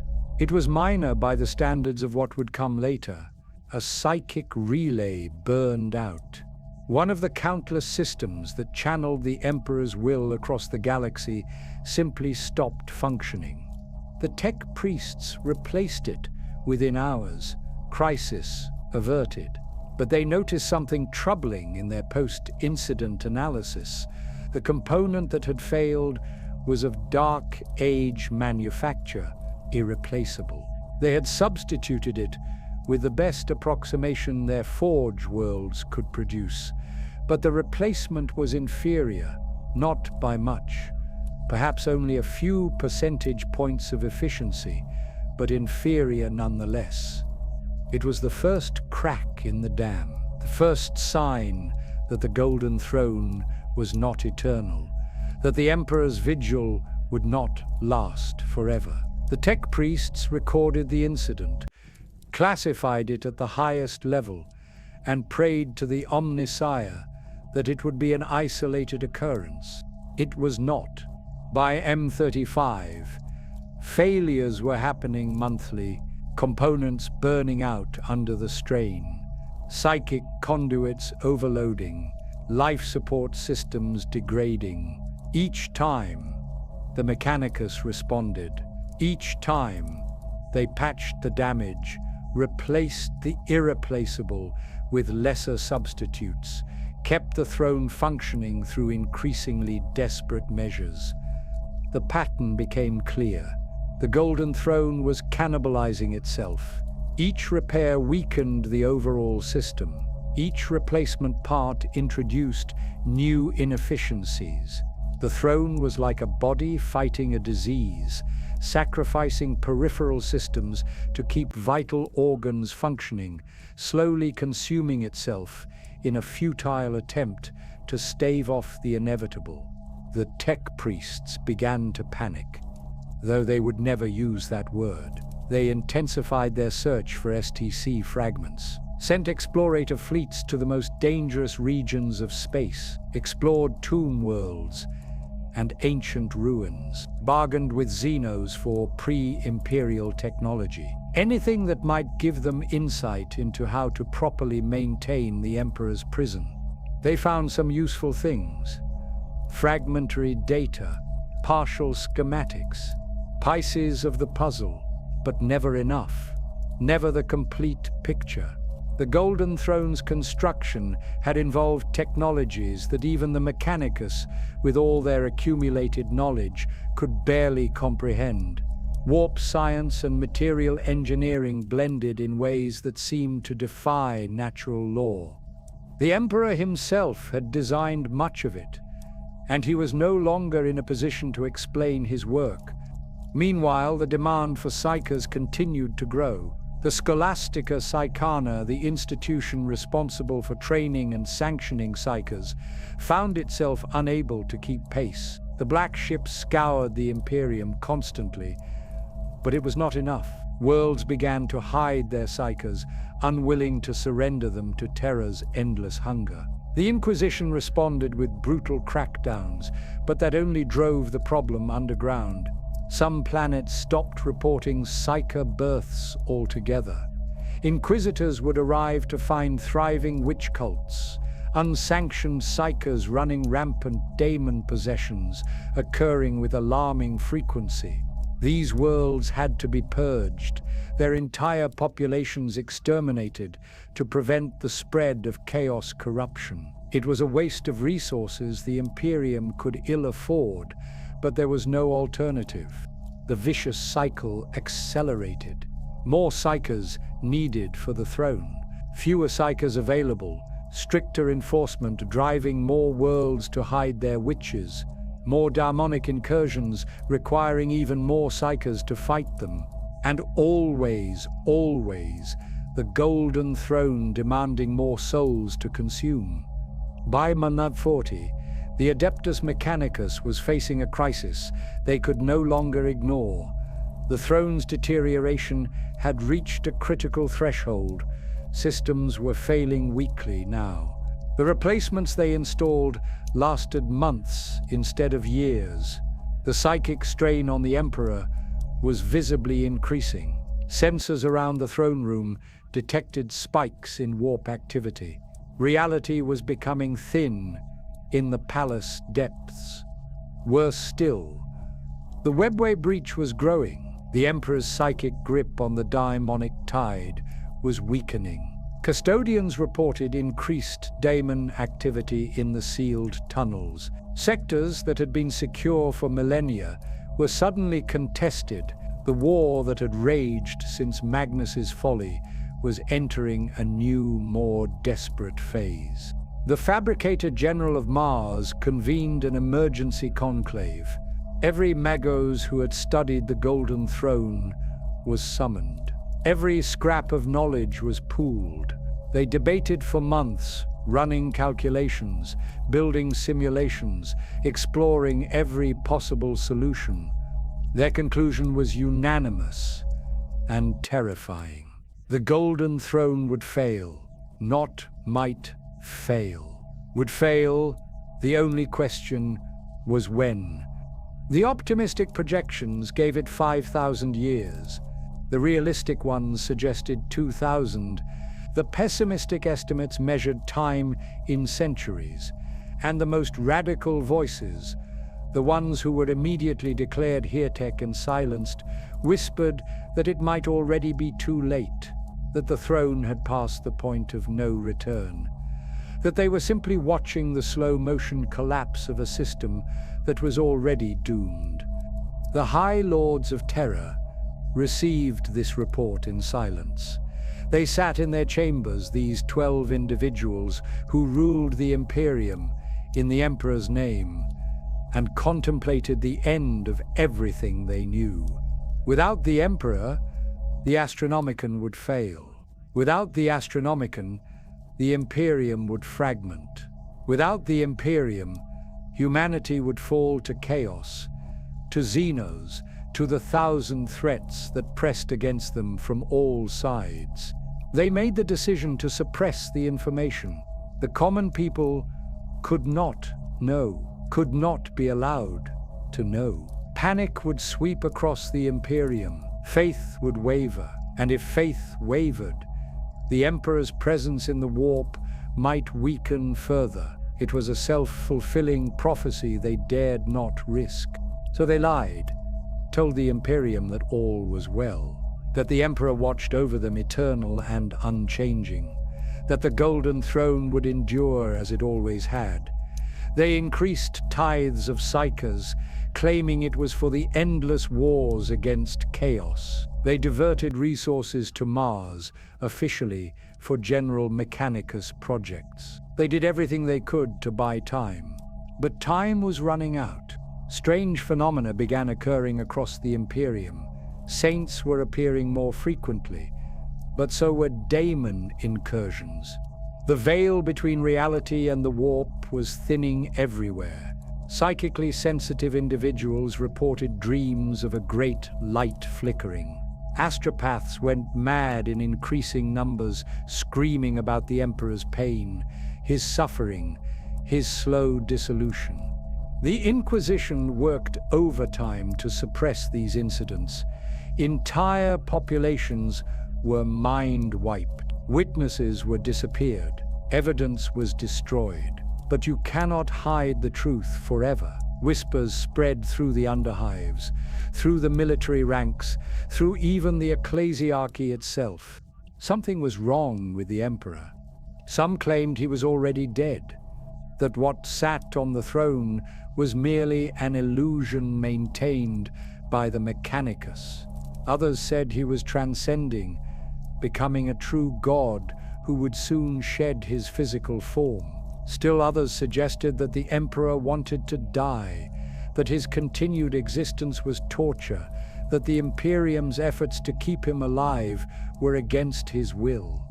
The diversity of theories was almost comical, almost. But beneath the wild speculation was a kernel of truth that everyone sensed. Change was coming. The stalemate could not last. Something would have to give. The Chaos Gods sensed it too. Their attacks on the Imperium intensified. The Eye of Terra began to expand more rapidly.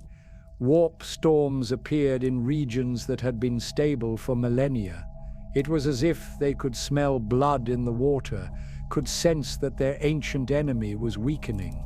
Abaddon the Despoiler, War Master of Chaos and inheritor of Horus's mantle, launched his 13th Black Crusade. Unlike the previous 12, which had been probing attacks, tests of the Imperium's defenses, this one was total war. He threw everything Chaos had at the fortress world of Cadia, the linchpin that held back the Eye of Terra. The siege of Cadia lasted for years. The Imperium poured resources into its defense. Entire Space Marine chapters deployed, Imperial Guard regiments numbering in the billions. The full might of humanity's military machine focused on one world. It was not enough. Abaddon shattered Cadia, not by conquest, though his forces did eventually overrun its defenders. He destroyed it physically. Crashed the Blackstone Fortress Will of Eternity into the planet's surface, breaking the world apart, destroying the pylons that had held back the warp for 10,000 years. The Eye of Terror exploded outward. What followed would be called the Great Rift, the Cicatrix Maledictum, the Noctis Eterna, a tear in reality that split the galaxy in two. warp storms raged across every sector. Daemon incursions occurred on a scale not seen since the Horus Heresy. The Astronomican flickered and died in half the Imperium. On Terra, in the throne room, the tech priests watched their instruments in horror as the Golden Throne systems began to cascade fail. The psychic shock of the Great Rift's birth was too much. Components exploded, conduits burned out, alarms that had been silent for millennia began to scream. For 3 days, it seemed the Emperor would die. The custodians prepared for the worst. They sealed the throne room, positioned themselves for a final stand against the demonic tide that would emerge from the Webway. Across Terra, the population went to their knees in prayer, sensing on some instinctual level that the end was near. But the Emperor held on. Through sheer force of will, through the power of 10,000 years of accumulated faith, through determination that defied comprehension, he maintained his grip. The Golden Throne stabilized. The Webway breach held. The Astronomican, though dimmed, continued to burn. But everyone knew it was only a temporary reprieve. The Great Rift had fundamentally changed the galaxy. The strain on the Emperor had increased exponentially. The Golden Throne, already failing, was now being pushed far beyond its limits. Belisarius Call, the ancient tech priest who had served Guilliman since before the heresy, arrived on Terra with a proposal. He had studied the throne for 10 millennia, had prepared for this moment. He believed he could repair it, could buy the Emperor more time, perhaps even find a permanent solution. But his methods were radical, heretical, some said. They involved technologies that skirted the edge of forbidden knowledge. They would require the Emperor to be briefly disconnected from the throne. Seconds only, but seconds during which Terra would be defenseless. The High Lords debated. The custodians counseled caution. The Mechanicus was divided, and the Emperor, silent on his throne, gave no clear indication of his will. In the end, they decided to wait, to observe, to see if Call's modifications were truly necessary, or if the throne would stabilize on its own. It was the decision that would define the next phase of Imperial history. Because while they debated, while they hesitated, the galaxy continued to burn. And the Emperor, trapped on his failing throne, continued his slow march toward oblivion. The first signs of corruption had been easy to ignore. A failed component here, a degraded system there. But the cascade was beginning. The failures were accelerating. And soon, very soon, even the Emperor's indomitable will would not be enough to hold back the tide. The Great Rift changed everything. For 10,000 years, the Imperium had fought a grinding war of attrition against chaos. Borders had shifted, worlds had fallen and been reclaimed. But the overall strategic situation had remained relatively stable. The warp storms predictable, the daemon incursions manageable. Now the galaxy was cut in two. The Imperium Nihilus, the dark side of the rift, was completely isolated from Terra. The Astronomican did not reach there. Ships that attempted warp travel without its guiding light often vanished forever, swallowed by the warp or emerging centuries off course. The worlds on that side of the galaxy were on their own, cut off from reinforcement, from supplies, from any hope of aid. Billions died in the initial chaos. Entire sectors went dark. Some fell to chaos corruption. Others were overrun by Xenos. A few, the strongest, the most faithful, managed to hold on. They fortified their worlds, established local supply chains, created miniature imperiums, isolated from the greater whole. but they knew it was only a matter of time. On the Imperium Sanctus side, the side that could still see Terra's light, the situation was hardly better. Warp travel had become catastrophically dangerous. Routes that had been stable for millennia were now death traps. Navigators reported that the warp itself had changed. New predators stalked its depths. Currents that once ran smooth now churned with unpredictable violence. Every journey risked being the last. The Adeptus Mechanicus faced an immediate crisis. The Golden Throne's power consumption had spiked dramatically during the Great Rift's birth. The strain of holding the Webway breach while reality itself tore apart had pushed the Emperor to his absolute limits. Now, in the aftermath, the throne was consuming psychers at an unprecedented rate.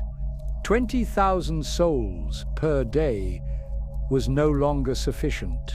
30,000. 40,000. The numbers kept climbing. The black ships could not keep pace. Worlds that had supplied psychers for millennia found themselves stripped bare. The Scholastica Psychana began accepting candidates they would have previously rejected. Standards dropped, quality decreased, and still, it was not enough.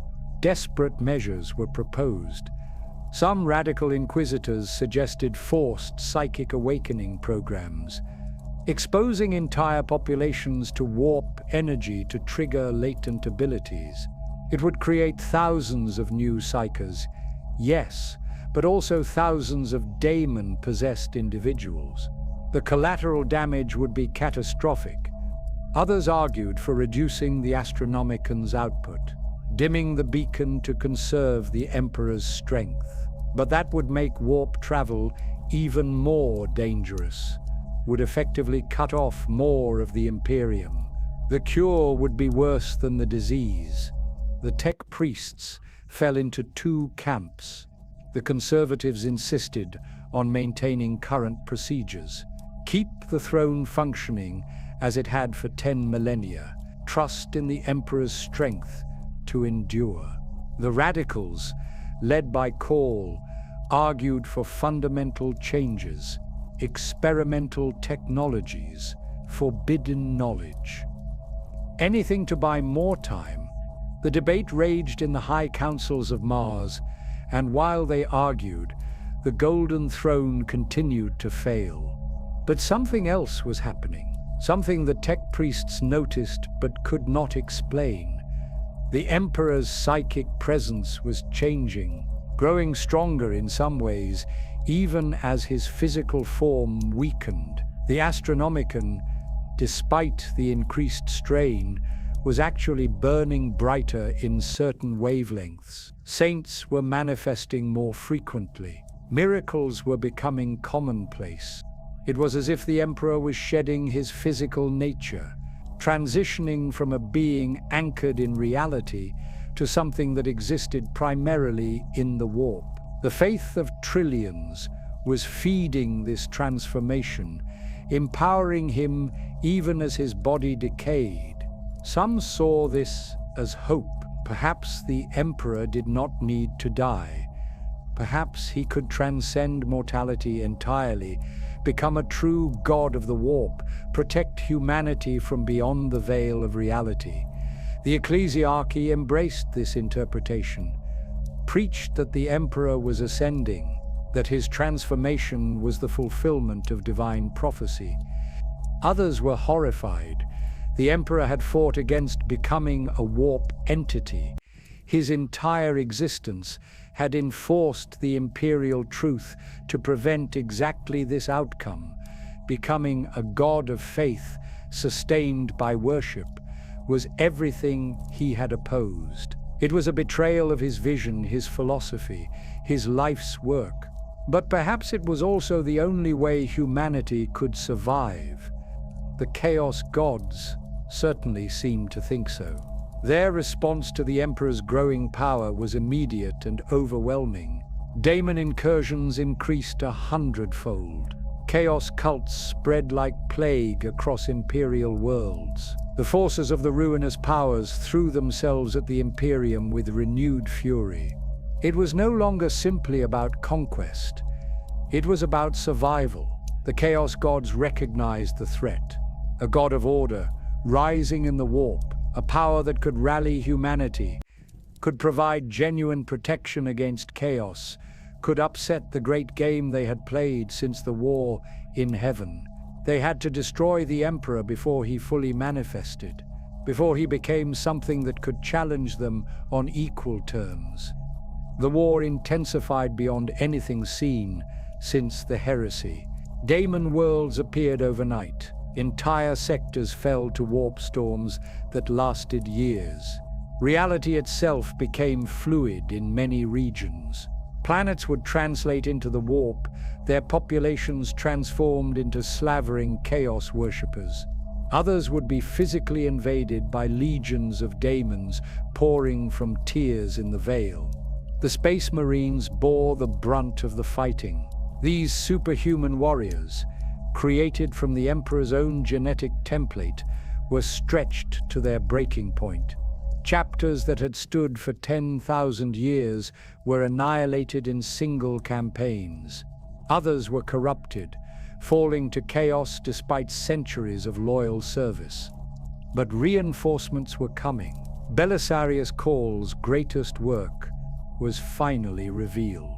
The Primaris Space Marine, bigger, stronger, more resilient than their predecessors. Created using technology Caul had spent 10 millennia perfecting, gene seed enhanced beyond anything previously thought possible.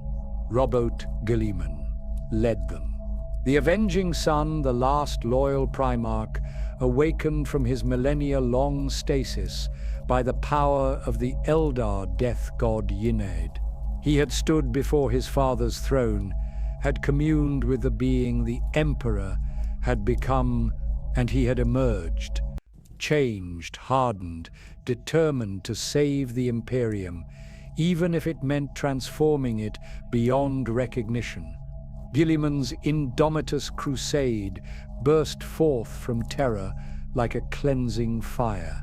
Primaris Marines, by the hundreds of thousands, new technologies, better tactics. The full might of the Imperium's war machine focused and directed by a Primarch's strategic genius.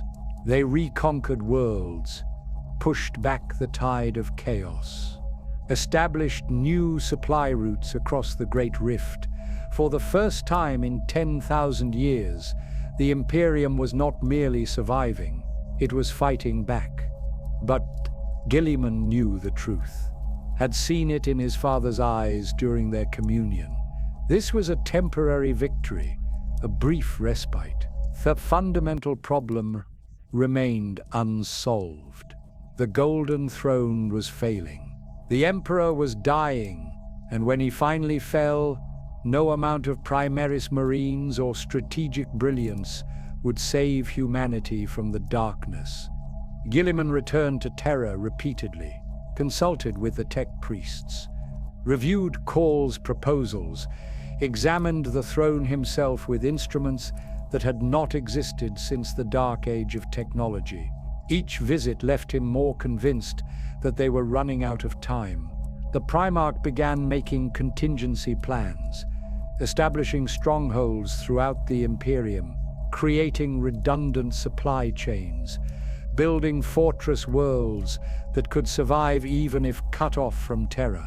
He was preparing for the Emperor's death, even as he publicly insisted that the God Emperor was eternal. Others were preparing too. The Inquisition was divided into factions, each with their own theory about what would happen and how to prepare for it. Some advocated for accelerating the Emperor's death, believing that only through dying could he be reborn. Others worked to prevent it at any cost, convinced that his death would mean humanity's extinction. The Adeptus Custodes, the Emperor's personal guard, maintained their vigil. They had stood watch over the Golden Throne for 10,000 years, had fought the endless war in the Webway tunnels, had protected their master through every crisis. They would continue to do so until the very end. But even they were divided. Some believed their duty was to keep the Emperor alive forever, no matter the cost. Others whispered that perhaps the kindest thing would be to let him die, to end his suffering, to allow him the peace of oblivion after 10 millennia of torment. The Emperor himself gave no clear guidance. His psychic communications had always been cryptic, filtered through layers of metaphor and symbolism. Now they were even more obtuse. Different people interpreted his will in different ways, each believing they alone understood his true intent. Terra itself was transforming. The Imperial palace had always been vast, but now it was becoming something beyond mortal comprehension. New structures appeared overnight, built by faith rather than physical labor. The ecclesiarchy's cathedrals grew larger, grander, defying the laws of physics in their scale and complexity. The very air hummed with psychic energy. Some claimed Terra was becoming a sacred world, a holy place where the material and immaterial merged. Others feared it was turning into a daemon world, corrupted not by chaos, but by faith itself. The truth was probably somewhere in between. What was certain was that the situation could not last. The Great Rift had accelerated everything. The slow degradation that had taken 10 millennia was now happening in decades. The Golden Throne's failures were occurring daily. The Emperor's condition was deteriorating visibly. The tipping point was approaching. Soon, very soon, the Imperium would have to face the question it had been avoiding for 10,000 years. What happens when the Emperor dies? And more importantly, what should they do about it? The various factions began to move. Not openly, not yet, but in the shadows, gathering resources, building alliances, preparing for the coming crisis, because everyone knew, from the High Lords of Terra to the lowliest ganger in the Underhive, that when the Emperor finally died, the galaxy would change forever. The only question was whether that change would be salvation or damnation. Belisarius Cawl had been preparing for this moment for 10,000 years. While the Imperium slowly decayed, while the Golden Throne gradually failed, while the tech priests applied the same solutions to ever-worsening problems, Cawl had been working on something different, something radical, something that would be called heresy by his more conservative peers. He had started his work on the orders of Guilliman himself, back before the Primarch entered stasis. The instructions had been simple in concept, but staggering in scope. Prepare for the Emperor's potential death. Find a way to preserve the Imperium if the worst should happen. And most importantly, improve upon the Emperor's work. That last command was the truly heretical part. The Emperor's creations were considered sacred. The Space Marine gene seed, the Golden Throne itself, the Astronomican, all of it was beyond mortal improvement. To suggest otherwise was to commit tech heresy of the highest order. Cawl did it anyway. The Primaris Space Marines were just the beginning.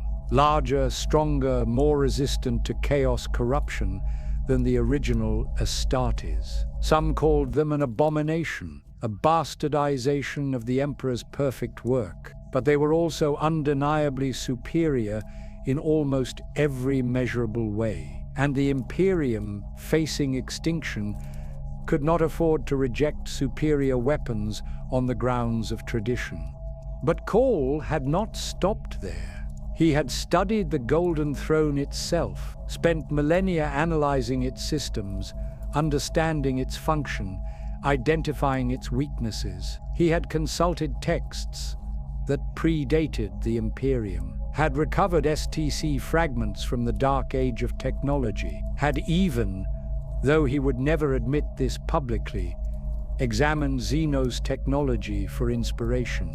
His conclusion was damning. The Golden Throne could be saved, but not through conventional means, not through the careful maintenance and replacement of failing parts that the Mechanicus had relied upon for 10,000 years.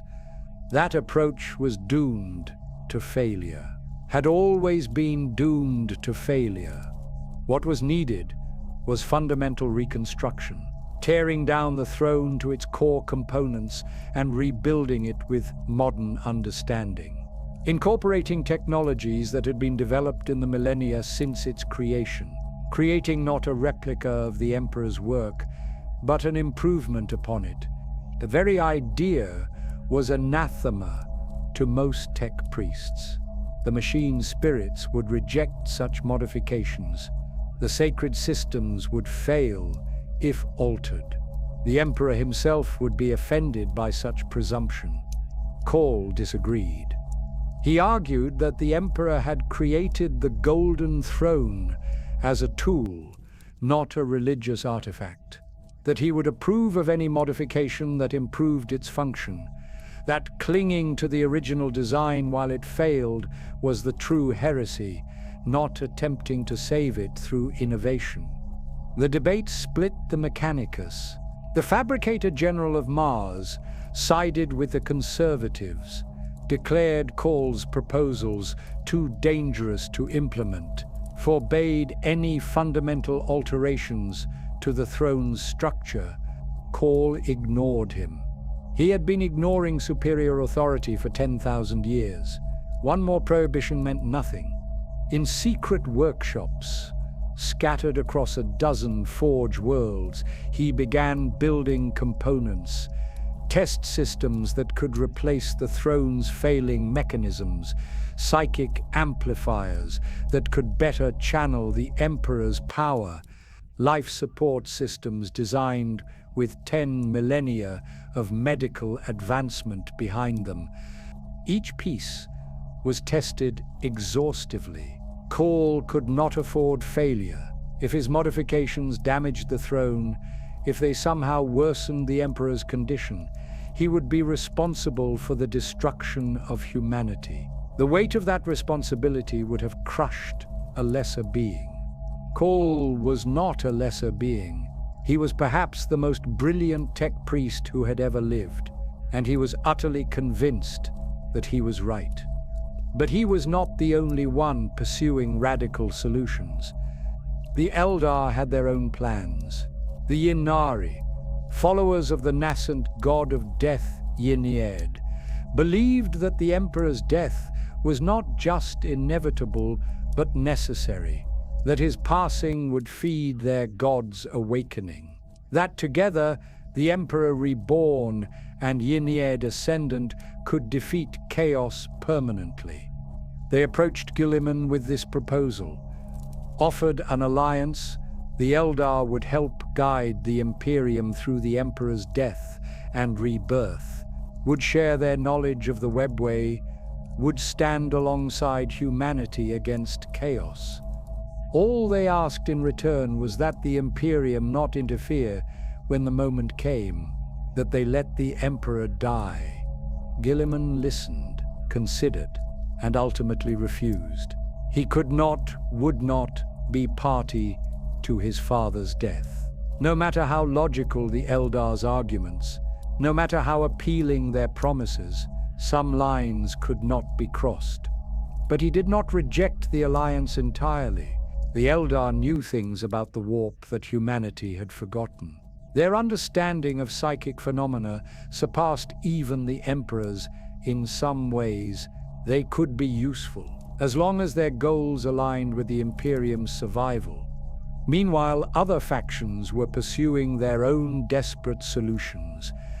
The most radical elements of the Inquisition had uncovered ancient texts, pre-imperial writings that spoke of the Emperor's origins, of the shamanic ritual that had created him. of the possibility of repeating that ritual to create a new emperor. The logistics were staggering. It had taken thousands of human psychers sacrificing themselves in the original ritual. Now it would require even more, perhaps tens of thousands, perhaps hundreds of thousands, all willingly giving up their souls to merge into a single being. The ethical implications were horrifying. But these were inquisitors. They dealt in horrifying implications daily. If this was what it took to save humanity, they would do it. They would gather the psychers, perform the ritual, create a new emperor to replace the old. They began their preparations in secret, identifying candidates, testing psychic compatibility, researching the specifics of the ancient ritual. It would take decades to ready everything, perhaps centuries, but they had time. The emperor still lived. The golden throne still functioned, however poorly, or so they thought. The Adeptus Custodes discovered something that changed all calculations. Deep in the Webway tunnels, in sectors that had been sealed since the heresy, they found evidence of the Emperor's true condition, psychic recordings, impressions left in the fabric of reality itself, echoes of his thoughts from 10,000 years ago. What they learned terrified them. The Emperor had known. From the moment he sat upon the golden throne, he had known it would fail, had calculated the approximate time frame, had understood that his sacrifice was not eternal salvation, but temporary reprieve. He had chosen this path anyway, bought humanity 10,000 years, knowing that eventually the bill would come due. But the recordings also contained something else.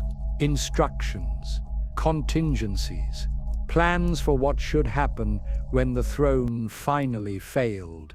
The Emperor had prepared for his own death, had left guidance for those who would have to face that crisis. The problem was that the recordings were fragmentary, degraded by time and warp exposure. The Custodes could piece together some of the Emperor's intent, but not all of it. Key details were missing. Critical instructions had been lost. What they did understand was this: the Emperor believed he could be reborn, that his death would not be final, that the faith of humanity had created something in the warp, a reservoir of power that his soul could tap into upon physical death. He would return, somehow, in some form, but the specifics of how, when, and in what condition remained unclear. The Custodes brought this information to Guilliman. The Primarch studied the recordings for weeks, consulted with every expert he could find, tried to decipher his father's meaning. His conclusion was that they had to trust the Emperor's plan, had to believe that he knew what he was doing when he chose this path. That meant not interfering, letting events unfold as the Emperor had foreseen. But it also meant preparing for the worst, because even if the Emperor could be reborn, there would be a transition period, a time when the Astronomican was dark, when the Webway breach was unguarded, when humanity stood alone against the darkness. Guilliman began positioning his forces accordingly, stockpiling supplies, fortifying key worlds, creating self-sufficient sectors that could survive even total isolation from Terra. He was preparing for an Imperium without an emperor, even as he publicly proclaimed faith in the God Emperor's eternal protection. The contradictions were tearing him apart. He had to appear strong for the Imperium, had to maintain morale, but he also had to face reality. His father was dying. The Imperium, as it currently existed, could not survive that death. Something would have to change. He just hoped that change would leave something worth saving. The tech priests on Terra worked around the clock. Every innovation Call developed was tested, analyzed, sometimes implemented. The Golden Throne became a patchwork of old and new technologies, Dark Age systems running alongside modern innovations, sacred machine spirits coexisting with recent improvements. It should not have worked. By all logic, such a hodgepodge should have failed catastrophically. But somehow, it held together, the Emperor's will binding the disparate systems into a functioning whole. Or perhaps it was faith, the belief of the tech priests that their work would succeed, made manifest through warp influence. The line between technology and miracle had always been blurred in the Imperium. Now it was becoming invisible. Across the galaxy, other preparations continued. Space Marine chapters positioned themselves near critical systems. Imperial Guard regiments were redeployed to defend key worlds. The ecclesiarchy intensified their preaching, building faith to unprecedented levels. Everyone could feel it. The crisis approaching, the moment of truth drawing near. Some welcomed it, saw it as the fulfillment of prophecy, the Emperor's glorious return. Others dreaded it, feared the chaos and destruction that would accompany such upheaval. But all agreed on one thing: the age of waiting was ending. Soon, very soon, humanity would learn the answer to the question that had haunted it for 10,000 years. What happens when the Emperor dies? And whether that answer brought salvation or damnation, the Imperium would face it together, united by faith, by duty, by the desperate hope that somehow, impossibly, they would survive what was coming. The innovations were in place, the preparations complete. Now all that remained was to see if they would be enough. The moment comes without warning, not in some distant future, not after more centuries of preparation. Now, a tech priest in the deepest levels of the Imperial Palace notices an anomaly, a fluctuation in the Golden Throne's power output. Nothing unusual in itself. Such fluctuations have been occurring with increasing frequency. But this one is different. It does not stabilize, does not correct itself. Instead, it accelerates. Alarms begin to sound, quiet at first, then building to a crescendo that echoes through chambers that have not heard such warnings in millennia. Tech priests rush to their stations, custodians take defensive positions. Across Terra, those with psychic sensitivity suddenly clutch their heads in pain. Something is wrong with the Emperor. The throne's systems are cascading into failure, not the slow degradation they have experienced for centuries. This is rapid, catastrophic collapse, as if some critical component, some linchpin holding everything together, has finally given way. The Fabricator General arrives within minutes. Call is seconds behind him. They stare at the readouts in horror. The throne is not just failing, it is dying, and it is taking the Emperor with it. They have hours, maybe less. Call immediately begins implementing his modifications. There is no time for approval, for debate, for careful consideration. He either acts now or watches humanity die. His servo arms move with precision born of 10,000 years of practice. Components are swapped, systems are bypassed, forbidden technologies are brought online. The conservative tech priests object, scream that he is committing heresy, that he will doom them all. Call ignores them. He has been ignored for most of his existence. Now it is his turn to ignore others. But even as he works, he knows it is too late. His innovations might buy minutes, might stabilize some systems, but they cannot stop what is happening. The Golden Throne has passed the point of no return. The Emperor is dying. In the Webway tunnels, the custodians feel it immediately. The psychic pressure that has held back the demonic tide for 10 millennia suddenly weakens, not gone, not yet, but diminished. The daemons sense it too. They surge forward with renewed fury, pressing against barriers that have become thin as parchment. The custodians fight. They have always fought, but now they are not just holding a line, they are conducting a fighting retreat, falling back through tunnels they have defended since the heresy, sealing gates that have stood open for 10,000 years, abandoning positions that countless of their brothers died to hold. They know what is coming. When the Emperor's grip finally fails, the Webway breach will explode outward. Terra itself will become the front line against hell, and they will make their final stand not in ancient tunnels, but in the palace above. In the very chambers where their Gene Father sits dying. On Terra's surface, the population feels it too, a psychic tremor running through every human soul. The connection they have always felt to the Emperor, the subtle awareness of his presence that has existed since birth, suddenly wavers, like a light flickering before going dark. Panic spreads through the hives, billions of people pouring into the streets, seeking reassurance, seeking explanation.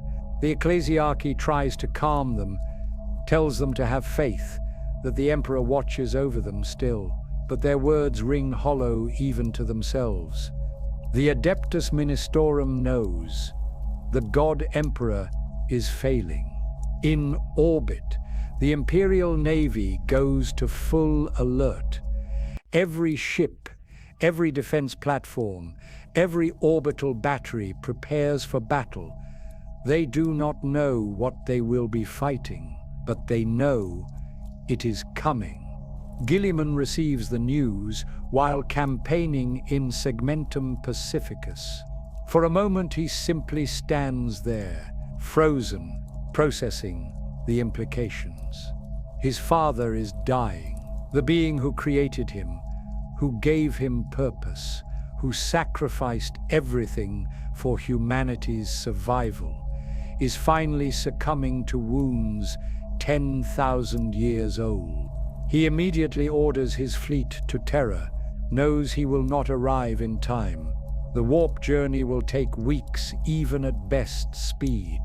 But he has to try, has to be there, to witness, to help if he can, to say goodbye if he cannot.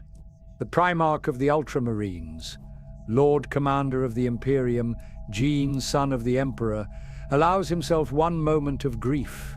Then he begins issuing orders, activating every contingency plan, deploying forces to critical positions, preparing the Imperium for the storm that is about to break. Back on Terra, in the throne room, the end approaches. The Emperor's physical body, already little more than a withered husk, kept alive by the throne's systems, begins to decay visibly. Skin that has been preserved for 10 millennia starts to flake away. The golden light that has always surrounded him dims, flickers. The tech priests work frantically.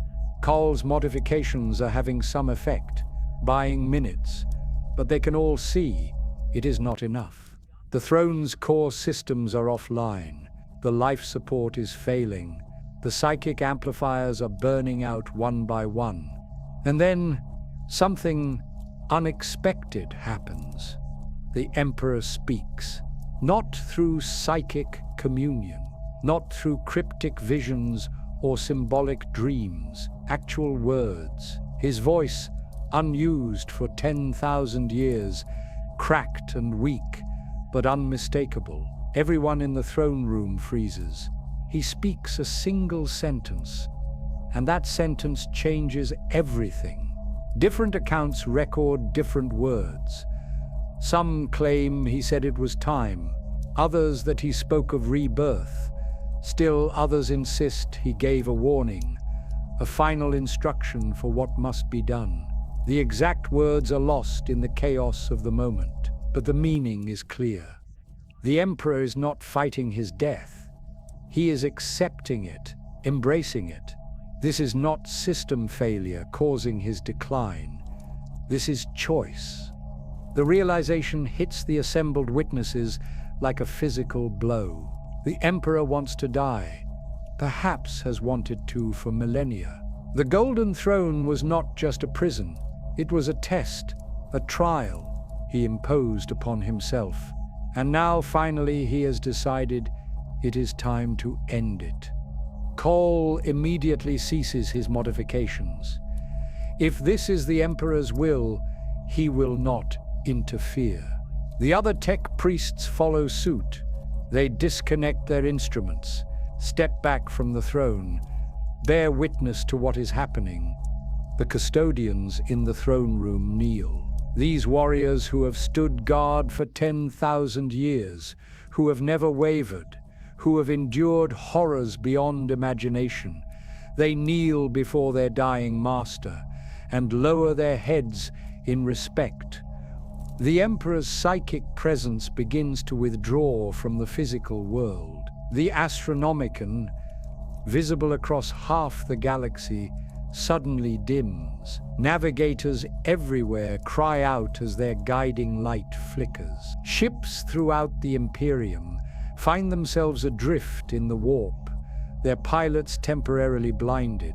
On thousands of worlds, astropaths collapse. The psychic network that binds the Imperium together fractures. Communications go dark. Isolation descends like a shroud. And in the Webway, the daemons surge forward for their final assault. The custodians fighting in the tunnels know they have minutes at most. They fall back to predetermined positions. The final fallback points, the last gates between the Webway and Terra proper, they seal themselves on the daemon side, prepare to make their final stand, not to win, but simply to delay, to buy the surface world precious minutes to prepare. They do not expect to survive, do not want to. If their gene father is dying, they will die with him, defending him to the last, as they were always meant to. On the throne, the Emperor's eyes, which have stared unseeing for 10 millennia, suddenly focus, clear, alert. For just a moment, he is fully present, fully aware, the being. He was before the heresy, before the throne, looks out at his Imperium one last time. What he sees would break a lesser being. The Imperium is not what he intended. The galaxy is darker than when he began his work. Humanity suffers under a tyrannical theocracy built around his worship. Everything he fought against has come to pass.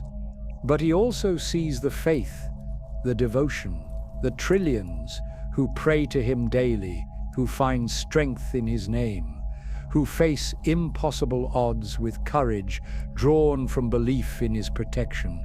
His atheistic vision failed. But perhaps this faith-based reality is not entirely wrong. He sees the Space Marines, his angels of death still fighting, still protecting humanity, sees the Imperial Guard, ordinary humans standing against horrors that should shatter their sanity, sees the common people enduring, surviving, refusing to surrender despite everything. Humanity endures. Broken, corrupted, far from perfect, but enduring. It will have to be enough. The Emperor's psychic presence makes one final gesture, reaches out across the galaxy to every human soul, a farewell, a blessing, a promise that this is not the end. Then he lets go. His consciousness withdraws from the throne, from the physical world, from the material universe entirely. The body on the golden throne collapses into dust. 10,000 years of preserved flesh finally acknowledging death. The golden light goes out. The emperor of mankind is dead. The Webway breach explodes outward. The gates the custodians held for so long shatter. Daemons pour through in numbers beyond counting. The tunnels beneath the palace become rivers of warp stuff and daemon flesh. The custodians fight to the last.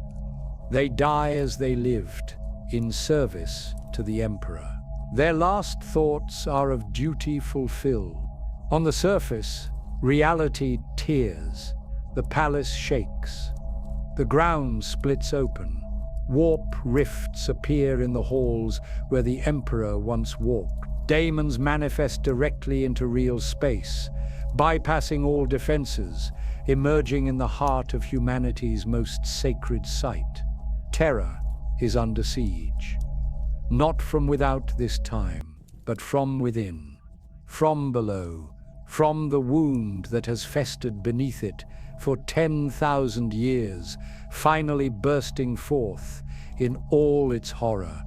The Imperial defenders respond with everything they have, but they are fighting in their own capital, in corridors filled with civilians, in chambers that contain irreplaceable relics. They cannot simply destroy everything, cannot risk collateral damage on such a scale. The battle becomes a nightmare of close-quarters combat. Daemons materializing in throne rooms and chapels, space marines fighting through refugee-filled passages, civilians caught between loyalist defenders and chaos invaders. And above it all, the Astronomican goes dark. The great beacon dies with its creator. Across the galaxy, humanity goes blind. The Astronomican's death sends shockwaves across the galaxy that are both literal and metaphorical. In the warp, the beacon's absence creates a void, a psychic silence where there had been constant light for 10,000 years. Daemons rush to fill that void, sensing opportunity, knowing that humanity's greatest defense has fallen. In real space, the immediate effect is chaos on an unimaginable scale. Every navigator in the galaxy is struck blind, not metaphorically, actually blind. The psychic light they have relied upon their entire lives, that their mutation was specifically designed to perceive, simply vanishes. They clutch at their third eyes, screaming, feeling as if someone has reached into their souls and torn out a vital piece. Ships throughout the Imperium find themselves adrift. Without the Astronomican to guide them, warp travel becomes impossible, or rather, it becomes suicidal. Attempting to navigate the immaterium without reference points is like trying to cross an ocean in perfect darkness during a storm. You might make it. You probably will not. Most captains make the sensible decision. They drop out of warp space immediately. Better to be stranded in real space than lost forever in the Sea of Souls. Thousands of ships translate into normal space simultaneously. Their crews disoriented, confused, terrified. Some are lucky. They emerge near inhabited systems, near supply stations or populated worlds. They will be stranded, unable to travel beyond their current solar system, but at least they are not alone. Others are not so fortunate. They materialize in the void between stars, in empty space where the nearest world is light years away. Their supplies will run out long before help can arrive. If help comes at all, they become ghost ships, drifting through darkness, their crews slowly dying of starvation or madness or simple despair. And some ships, the unluckiest of all, emerge inside stellar bodies. The warp translation coordinates were slightly off without the Astronomican's guidance. They appear inside stars or gas giants or asteroid fields. They are destroyed instantly. Entire crews annihilated in the blink of an eye. The death toll in the first hours is staggering. Millions, tens of millions, all because the light went out. But the true catastrophe is just beginning. On Terra, the battle for the Imperial palace rages. The Adeptus Custodes have been decimated. The survivors fight room by room, corridor by corridor, buying time with their lives. Space Marine chapters stationed on the throne world rush to their aid. The Imperial fists throw themselves into the defense with desperate fury. This is their purpose, their sacred duty, the protection of Terra and the palace. But they are fighting an infinite enemy. Every daemon they banish simply reforms in the warp and returns. The Webway breach is a permanent wound now. Without the Emperor to hold it closed, it pours corruption into real space endlessly. The Sisters of Battle join the fight. Their faith, tested to its limits by the Emperor's death, somehow holds. They channel their grief into rage. Their bolters sing hymns of vengeance as they purge daemon filth from sacred halls. Where they walk, miracles occur. Acts of faith that should be impossible without the Emperor's presence. Perhaps faith itself is enough. Or perhaps something of the Emperor remains, watching, protecting, even in death. The civilian population of Terra is in full panic. Billions try to flee. But where can they go? The spaceports are overwhelmed. The few ships that remain cannot possibly evacuate everyone. Fights break out for space on evacuation craft. People are crushed in stampedes. Families are separated in the chaos. Some choose to stay, to defend their homes. They arm themselves with whatever they can find. Autoguns, improvised weapons. In some cases, nothing but their bare hands and faith. They stand alongside space marines and guardsmen, ordinary humans facing daemons. It is suicide. They do it anyway. Terra becomes hell. Not metaphorically, literally. Sections of the palace transform into daemon worlds. Reality breaks down. Physics becomes optional.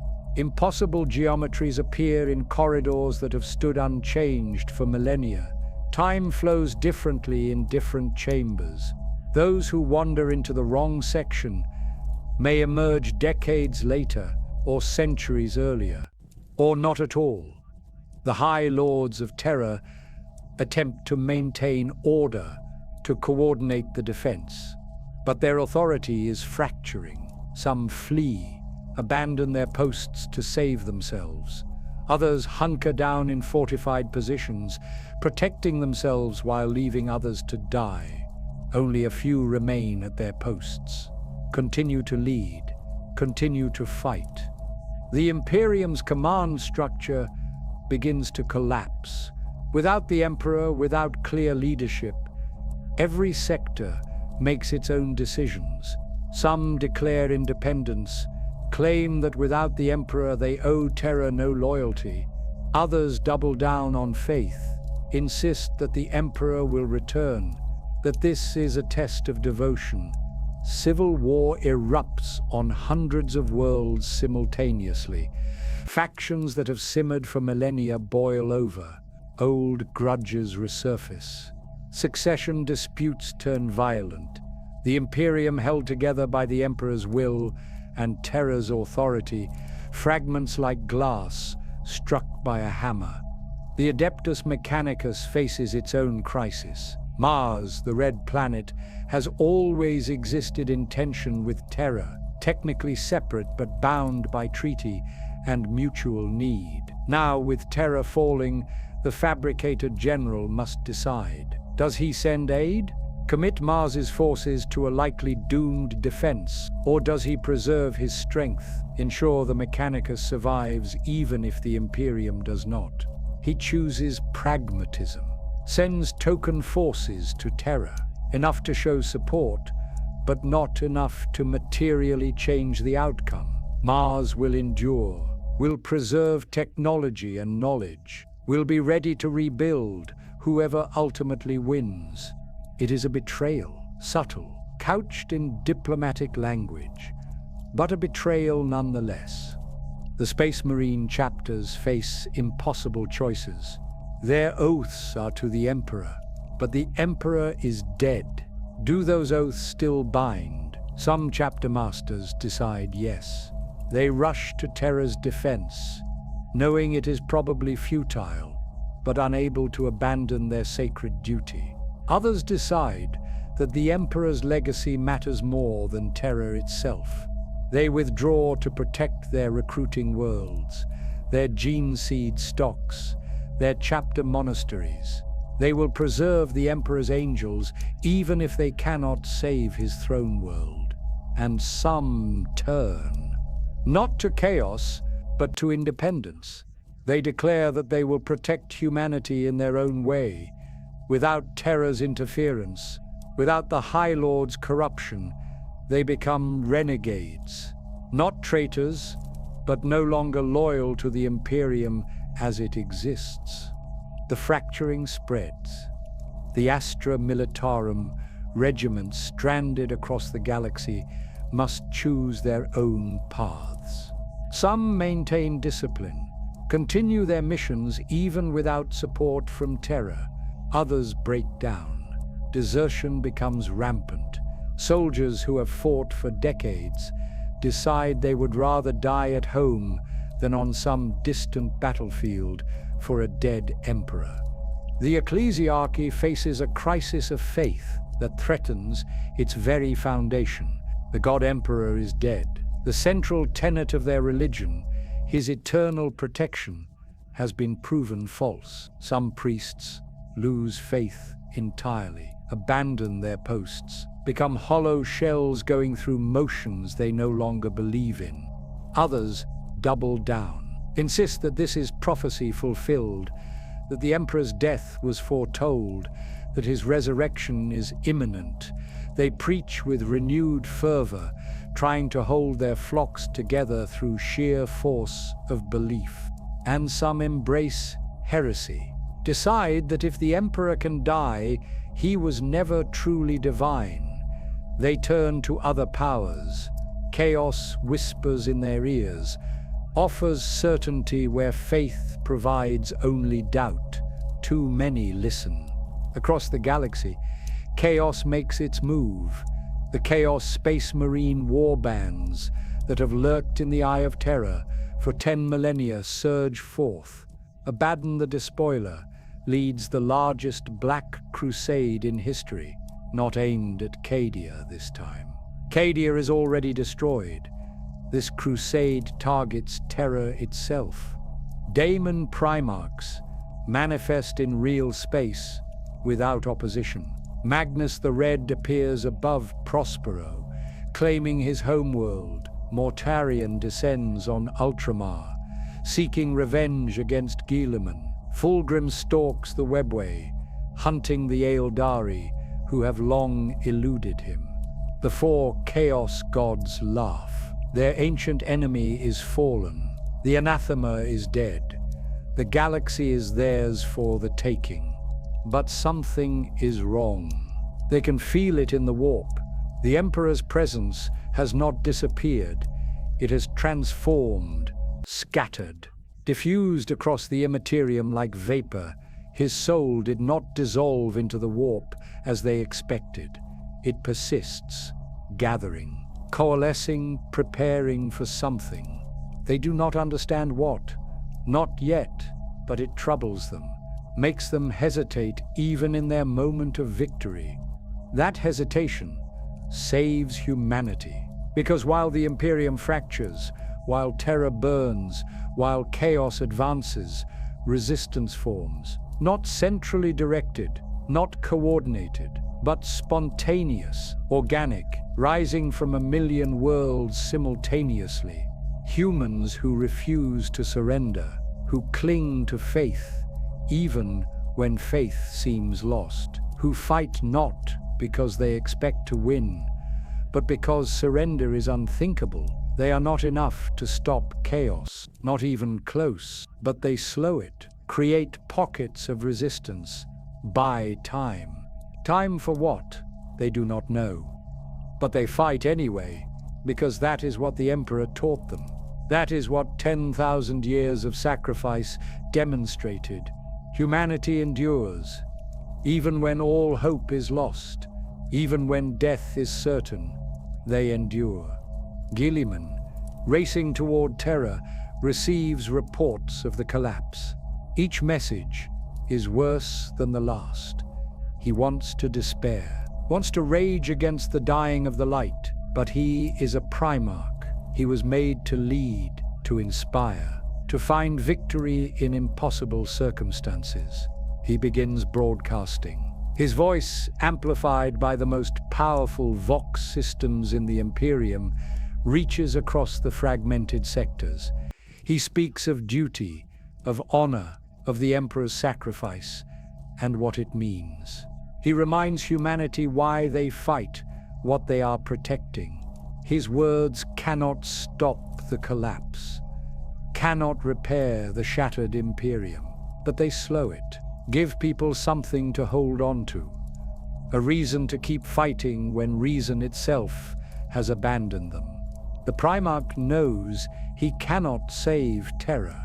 By the time he arrives, the throne world will have fallen or held on its own, but he can save the Imperium, or at least parts of it, enough to rebuild from, enough to carry the Emperor's vision forward. If the Emperor truly is gone forever, then the Imperium must adapt, must become something new, something that can survive without the being who defined it for 10,000 years. The thought is heretical, treasonous, and absolutely necessary. Guilliman begins planning for an Imperium without its Emperor, for a humanity that must stand on its own against chaos, against Xenos, against the universe itself. It will be different, smaller perhaps, certainly darker, but it will survive. He will make certain of that, even if he has to burn everything his father built to do it. 3 days after the Emperor's death, something impossible happens. The warp calms. Not everywhere, not completely, but noticeably, measurably. The storms that have raged since the Great Rift's birth begin to subside. The churning madness of the immaterium settles into something resembling the patterns navigators remember from before. Not peaceful. The warp is never peaceful, but navigable. Ships that have been stranded find they can move again, carefully, slowly, with great risk. But movement is possible, where before there was only isolation. The galaxy, fragmented by the Astronomican's death, begins to reconnect, thread by thread, system by system. Nobody understands why. The Emperor is dead. The beacon that guided humanity is extinguished. By every logical measure, warp travel should be more dangerous now, not less. Yet here they are, finding paths through the immaterium that were closed days before. Some attribute it to the Emperor's final gift, that in death, he somehow calmed the warp, made it easier for his children to survive his absence. Others suggest that chaos, in its moment of triumph, has grown complacent, that the dark gods are distracted by their victory, paying less attention to the great game. The truth is stranger than either theory. In the warp, something is gathering. The Emperor's soul, scattered across the immaterium at the moment of death, is beginning to coalesce, not reforming, not yet, but drawing together, pulled by 10,000 years of accumulated faith, by the prayers of trillions who refuse to accept that their god is gone. This process creates ripples, psychic waves spreading outward from multiple points of convergence. These waves push back against the warp's natural chaos, create pockets of relative stability, not by design, simply as a side effect of the Emperor's soul gathering itself. The Chaos Gods notice. They try to interfere, send daemons to disrupt the convergence points, attack the nascent formation before it can fully manifest. But the Emperor's essence is diffuse. Attacking one gathering point accomplishes nothing when there are thousands, millions, scattered across the entire galaxy. For the first time since his creation, the Chaos Gods face an opponent they cannot simply overwhelm with force, cannot corrupt with temptation, cannot destroy through conventional means. The Emperor is becoming something new, something that exists purely in the immaterium, a god of faith made manifest. On Terra, the battle reaches its crescendo. The Imperial defenders have been pushed back to the inner palace, the last sanctum, the final bastion. Daemons control everything else, the outer districts, the middle palace, even parts of the throne world beyond the palace walls. Terra, humanity's birthplace, has become a daemon world in all but name. The surviving custodians, numbering perhaps a few hundred from the thousands who began this fight, stand in a circle around the empty golden throne. They will not abandon it. Even dead, even useless, it remains sacred. Their gene father sat there for 10,000 years. They will defend it to their last breath. The Imperial fists have taken appalling casualties. Their chapter master has fallen. Half their captains are dead. But they continue to fight with mechanical precision, defending positions until they become untenable, then falling back to the next prepared position, creating a layered defense that forces the daemons to pay in blood for every meter. The Sisters of Battle have become something terrifying. Their faith, rather than breaking at the Emperor's death, has crystallized into something diamond-hard. They perform miracles that should be impossible. Their hymns drive back greater daemons. Their presence purifies corrupted ground. Where they stand, reality reasserts itself. The warp retreats. Nobody can explain it. Without the Emperor, their acts of faith should fail, but they do not. If anything, they have become stronger, more reliable, as if the Emperor's death has not diminished his power, but distributed, allowed his faithful to channel it directly. The siege has created strange alliances. Adeptus Mechanicus tech priests fight alongside ecclesiarchy preachers. Imperial Guard conscripts stand with Adeptus Arbites enforcers. Even gangers from the Underhive have taken up arms, defending their world against the daemon invaders. Terra's population, previously paralyzed by panic, has found courage in desperation. They may not be trained soldiers, may not understand tactics or strategy, but they know their home is under attack, and they refuse to surrender it. This civilian resistance accomplishes little militarily. Untrained fighters cannot stand against daemons, but they slow the advance, force the enemy to deal with threats from unexpected directions, create chaos in the daemon ranks through sheer unpredictability. And then Guilliman arrives. His fleet translates into Terra's system and immediately engages. The void battle is brief and brutal. Ships that have survived millennia are destroyed in minutes. But Guilliman's forces are not here to win a naval engagement. They are here to deliver reinforcements to the surface. Drop pods rain down on Terra like meteors.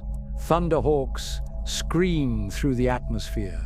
Guilliman himself leads the assault, his armor gleaming blue and gold, the Emperor's sword blazing in his hand. The Primarch does not head for the palace. That battle is already lost or won.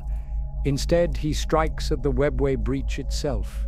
If they can seal it, can close the wound that pours daemons into real space, Terra can be saved. The Emperor may be dead, but his throne world can endure. He fights his way through the palace depths, through corridors transformed into nightmare landscapes, through chambers where the laws of physics have become suggestions. His Victrix guard dies around him, his best warriors falling to protect their Gene Father. But Guilliman pushes forward. Nothing will stop him. Not greater daemons, not impossible geometry, not even doubt. He reaches the throne room, sees the empty throne, the dust that was his father scattered across it. For a moment he falters. The reality of it hits him. His father is truly gone. The being who created him, who gave him purpose, who he has served for 10,000 years, is dead. Then he sees the custodians. These golden warriors, reduced to a handful, still standing guard, still protecting a corpse that no longer needs protection. Their dedication, their absolute refusal to abandon their duty, rekindles something in him.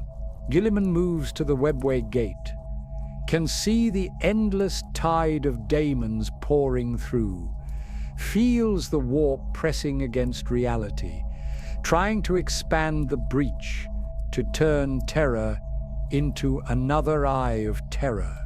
He cannot seal it, does not have his father's power, cannot channel the psychic might necessary to close a wound in reality itself.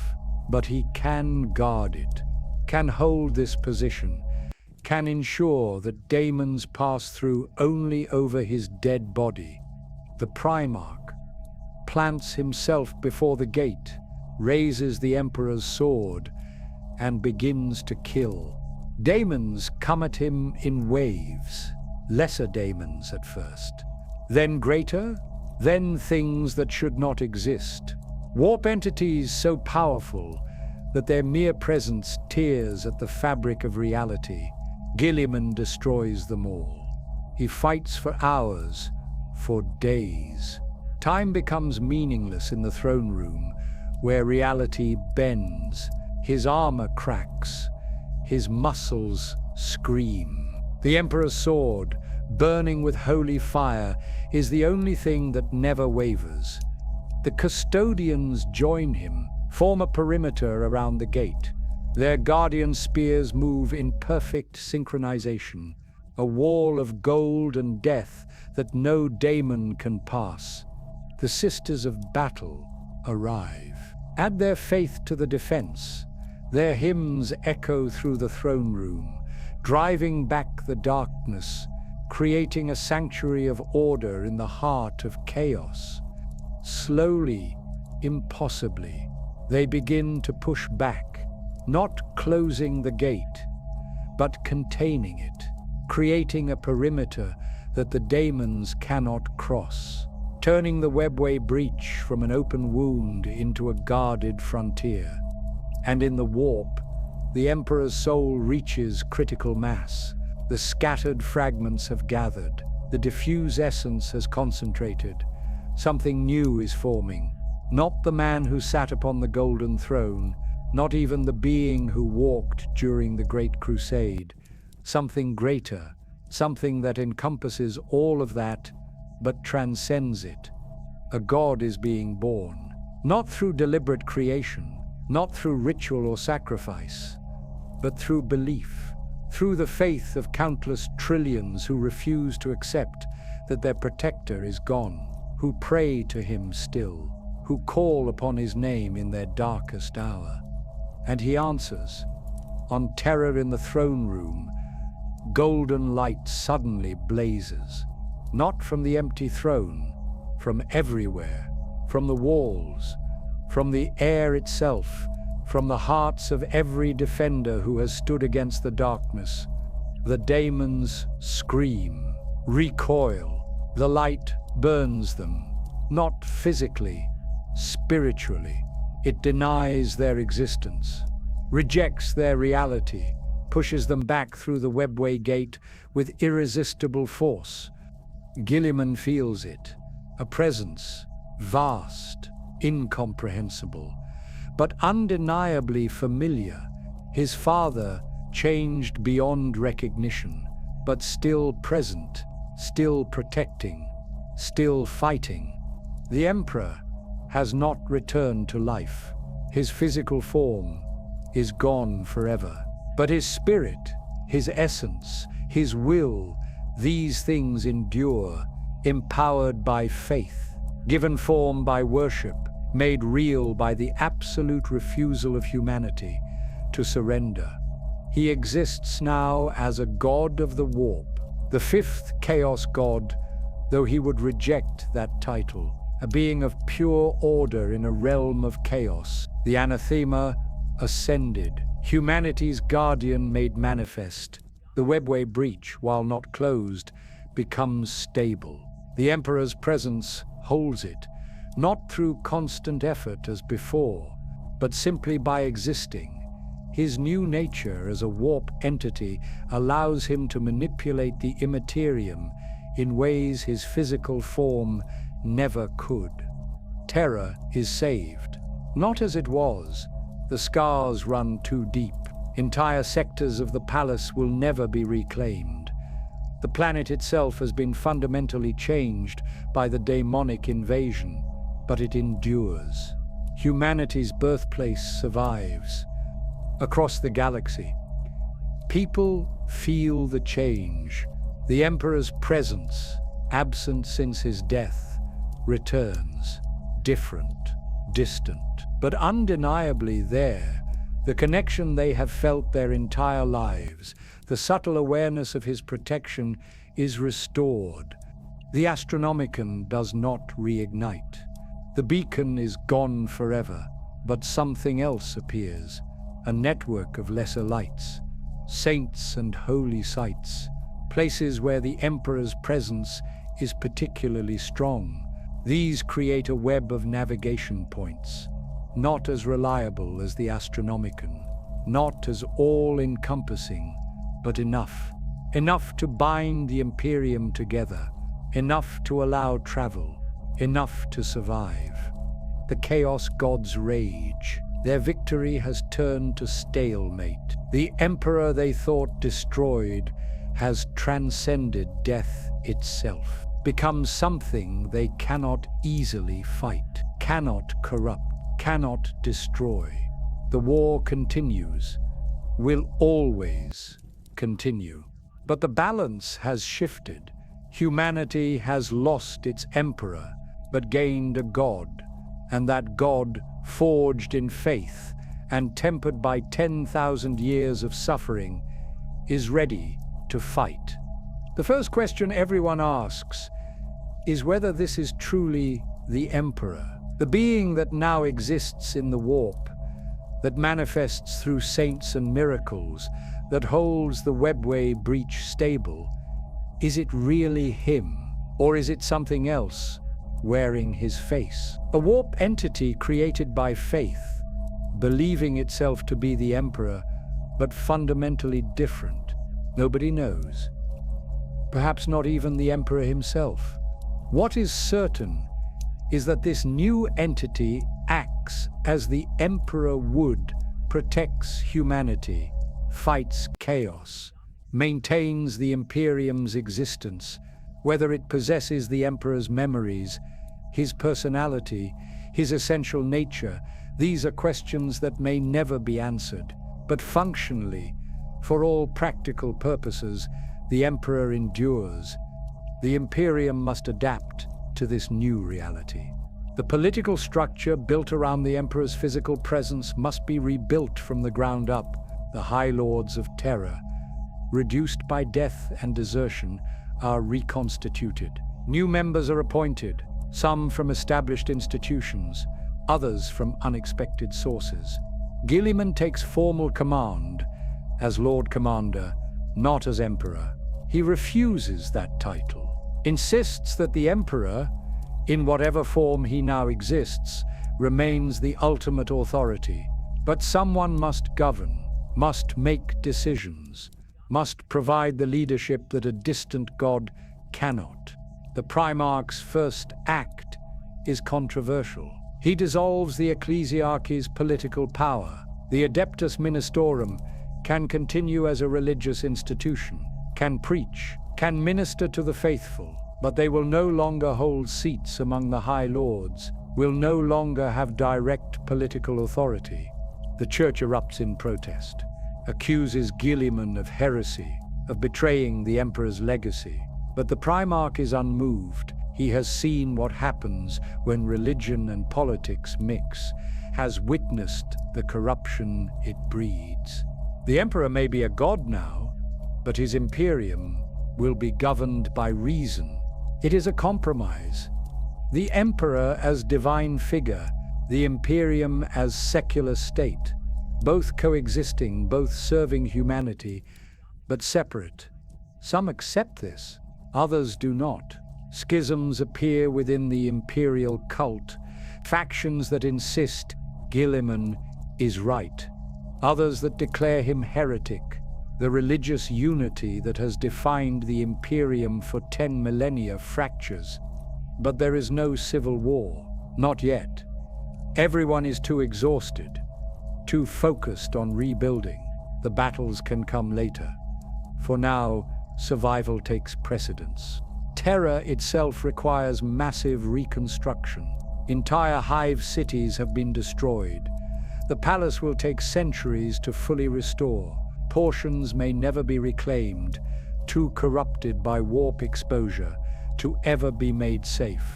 These areas are sealed, declared forbidden zones, guarded eternally by custodians who ensure nothing escapes. The population has been devastated.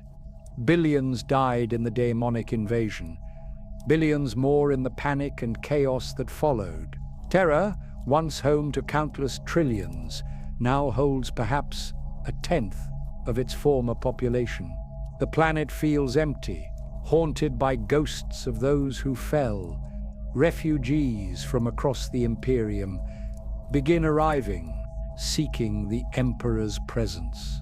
Wanting to be close to him even in his new form, Terra becomes a pilgrimage site on an unprecedented scale. People traveling from across the galaxy just to stand on holy ground.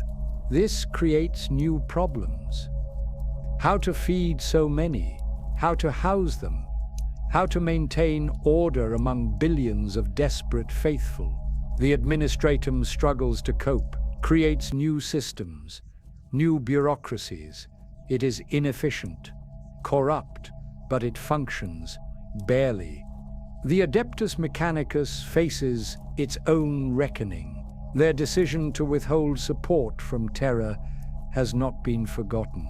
Many see it as betrayal, demand that Mars be punished, that the tech priests be forced to submit fully to Terra's authority. Guilliman refuses. He needs the Mechanicus, needs their production capacity, their technical knowledge, their forge worlds. Punishment would be satisfying, but strategically foolish.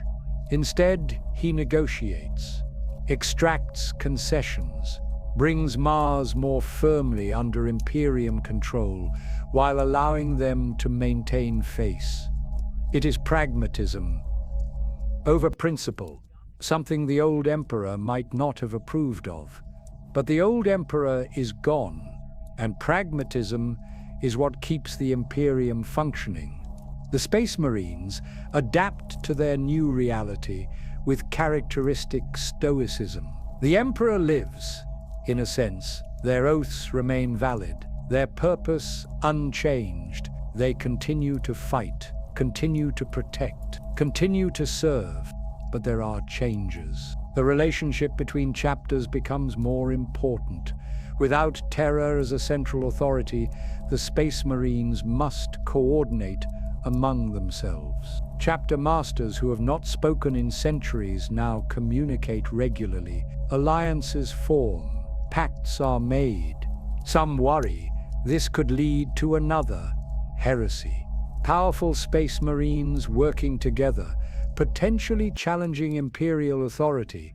But Guilliman trusts his brothers, his sons, believes that the lessons of the heresy have been learned, that loyalty to the Emperor, however he now exists, will hold them true.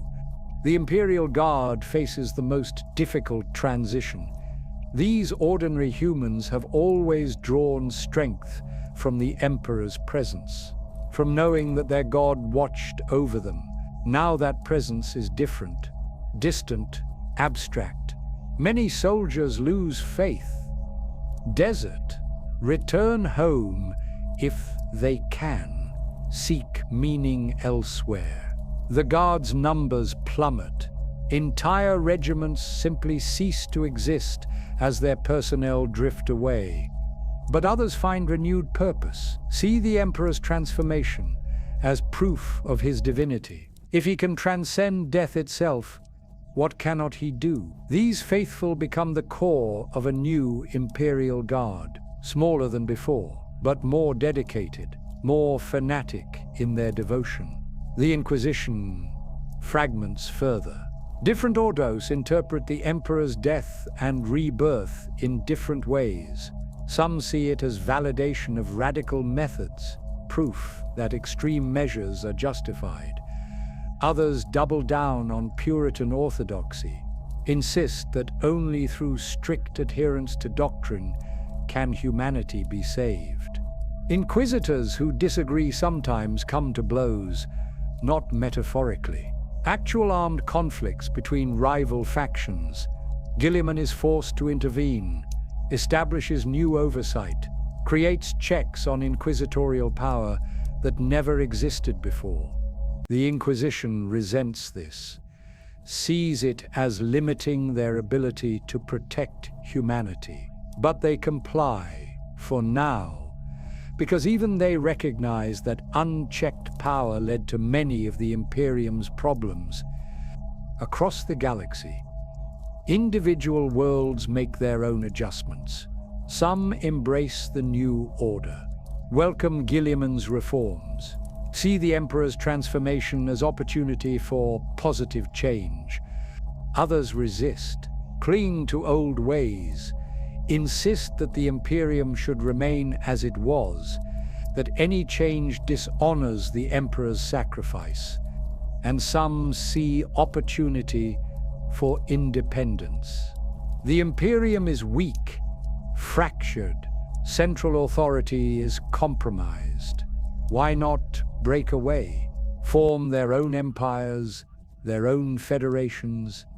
Guilliman cannot stop all of them, cannot hold the Imperium together through force alone.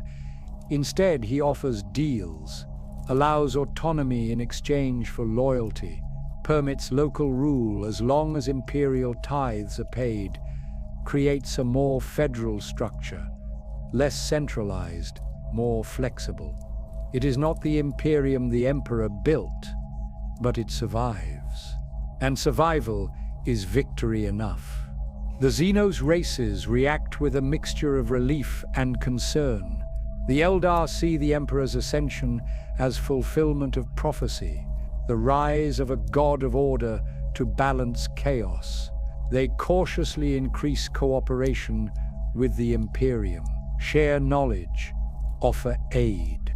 The Tau view it as proof that their way is correct. The greater good does not require gods, does not depend on faith. They intensify their expansion, offering an alternative to the Imperium's theocracy. The Orcs are just happy there is still fighting. The Tyranids continue their advance, unconcerned with human theology. The Necrons watch with ancient patience, calculating how this development affects their long-term plans. But for humanity, for the trillions who call the Imperium home, the question is simple. Can they survive in this new galaxy, without the Emperor's physical presence, with only faith and determination to sustain them? The first months suggest, yes, the Imperium stabilizes, trade routes reopen, communication is restored. The initial panic subsides into grim acceptance. They have lost much.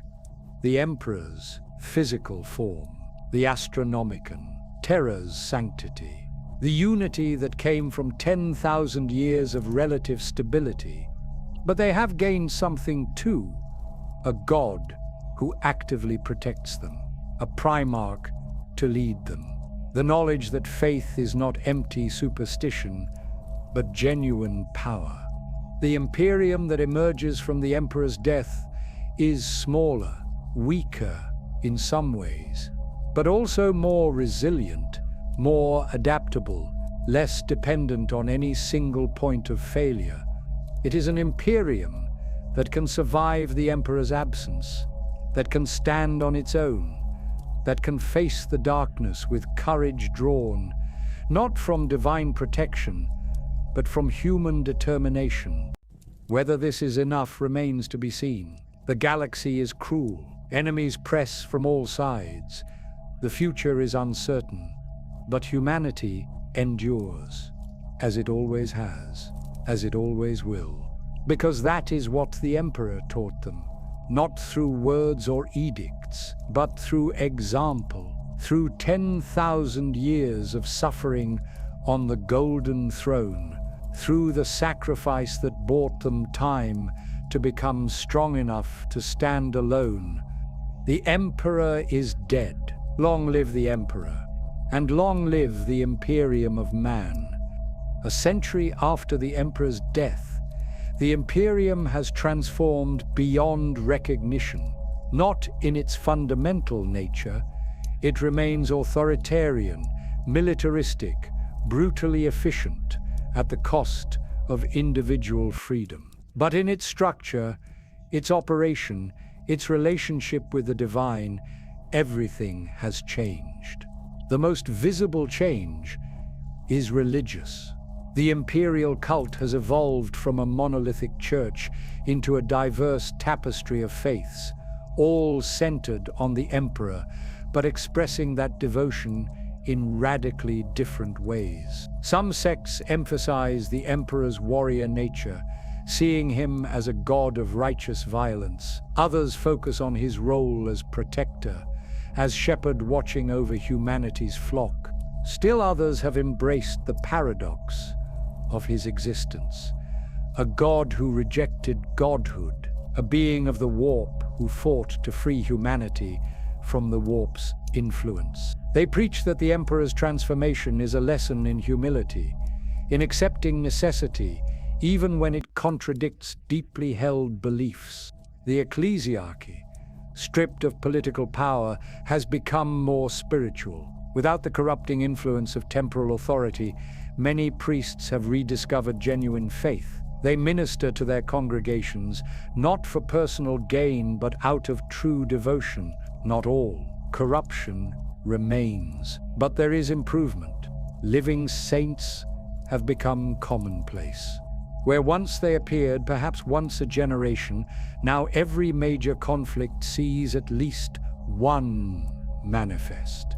These blessed individuals, imbued with fragments of the emperor's power, perform miracles that would have been impossible before his ascension. Some theorize that the emperor, as a warp entity, can more easily channel his power through faithful vessels. Others suggest that faith itself has become stronger, more potent in the wake of his death and rebirth. Whatever the reason, the age of miracles has begun. But this comes with costs. The line between genuine divine intervention and warp corruption has blurred. Daemon possession can sometimes mimic sainthood. Chaos cultists claim to speak with the emperor's voice. The Inquisition works overtime distinguishing true faith from false, genuine miracles from demonic tricks. Mistakes are made. Saints are declared heretics and burned. Corrupted individuals are venerated as holy. The Imperium stumbles through these challenges, learning as it goes, paying in blood for every lesson. Politically, the Imperium has decentralized. Guilliman's reforms have created a more federal structure. Individual sectors have significant autonomy. Local governors make decisions that once required Terra's approval. The administratum has been streamlined, its bureaucracy reduced, though never eliminated. This makes the Imperium more responsive. Crises can be addressed locally, without waiting for word from Terra. Resources can be allocated efficiently, but it also creates opportunities for corruption, for local despots to abuse their power without oversight. Guilliman attempts to balance these concerns, establishes rotating inspectors, creates accountability mechanisms. But he is one being, even if a Primarch, trying to govern 1,000,000 worlds. He cannot be everywhere, cannot prevent all abuse. Some sectors thrive under this new system. Their governors prove capable and just. They build prosperous civilizations that rival anything from the Great Crusade era. Others descend into tyranny, their populations suffering under local despots who face no consequences. The Imperium has always been vast enough to contain multitudes.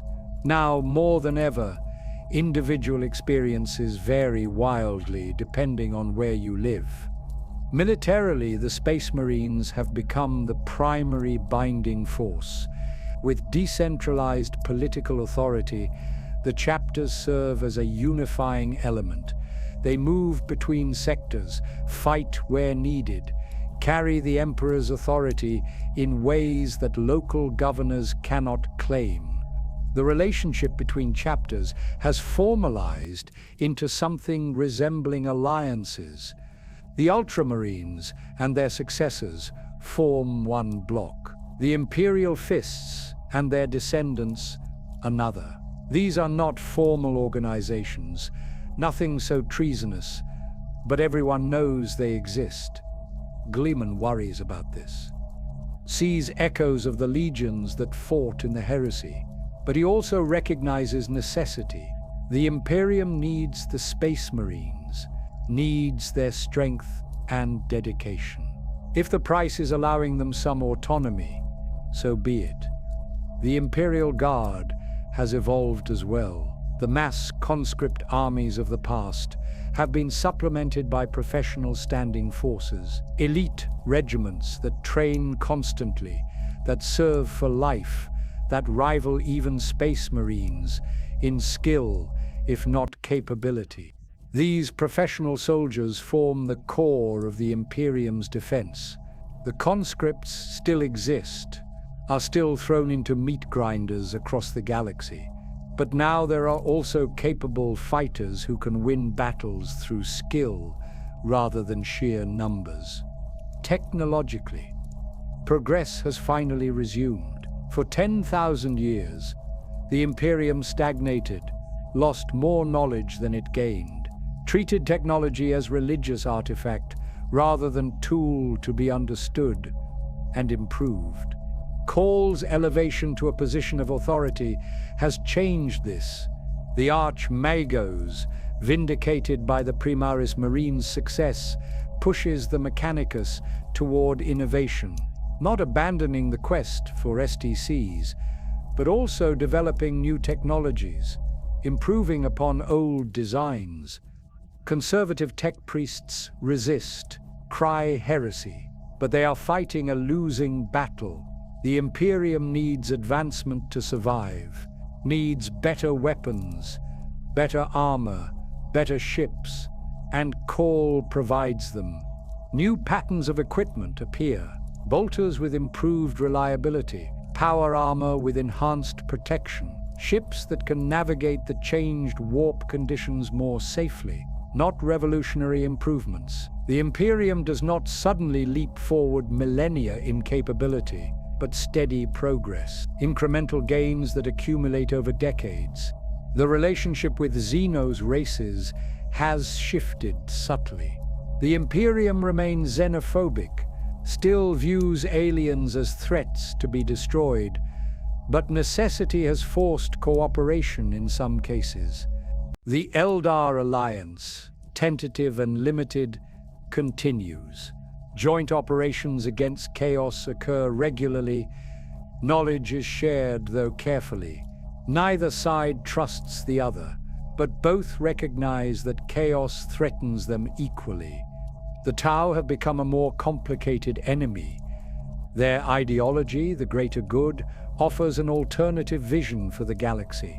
Some humans defect to them, seeing hope in the Tau's optimism that the Imperium cannot provide. Guilliman cannot allow this to continue unchecked, but neither can he afford total war against the Tau while chaos presses from all sides.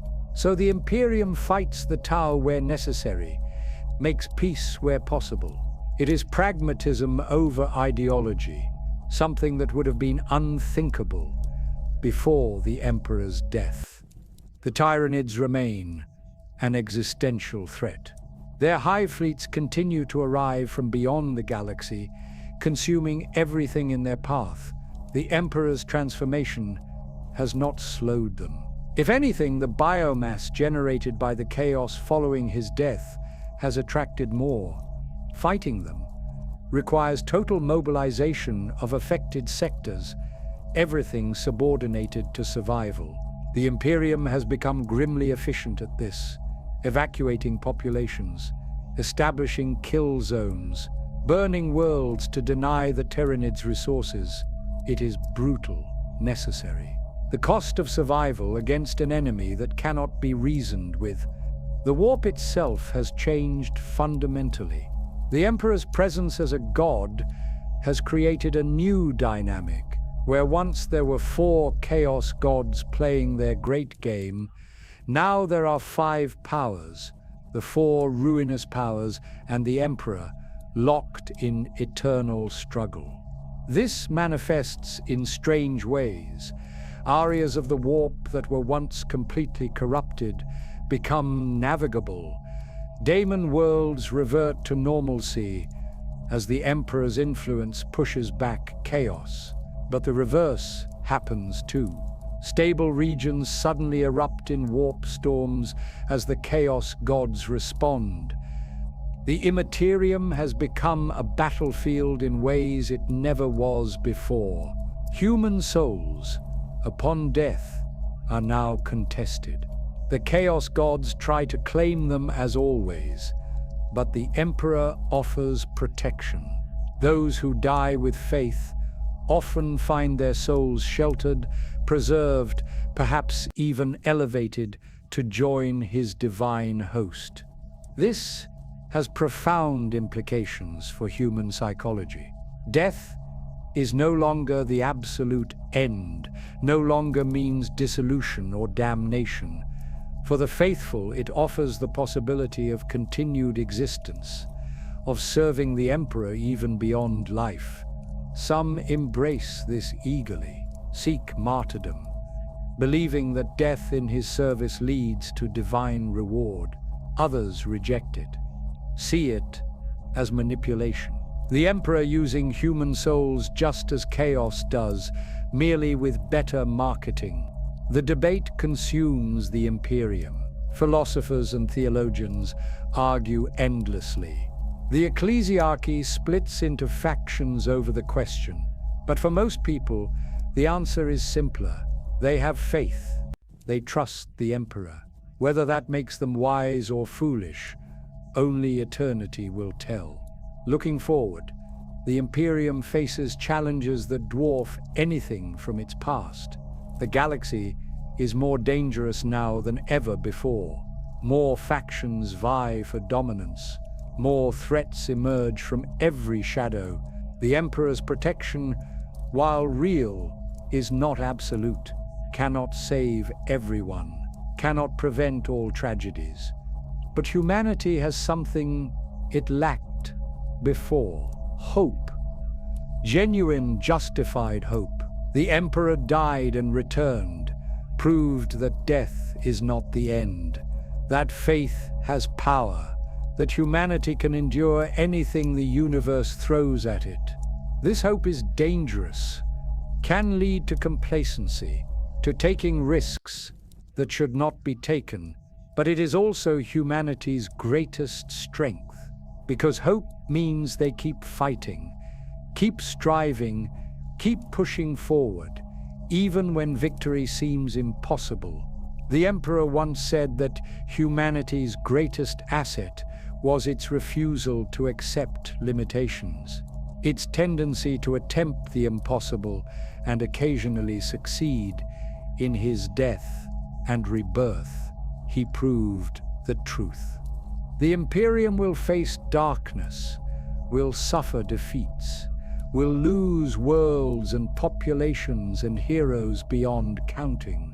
But it will endure, will fight on until the stars themselves burn out, because that is what humanity does, what it has always done, what the Emperor taught them through 10,000 years of sacrifice. They endure, they survive, they refuse to surrender. And in the grim darkness of the far future, that may be the only victory that matters. So what does this all mean? What would actually happen if the Emperor died?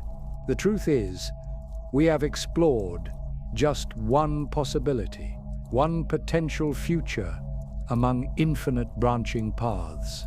The Emperor's death could unfold in countless different ways, each dependent on factors we cannot predict, on choices not yet made, on variables that remain unknown.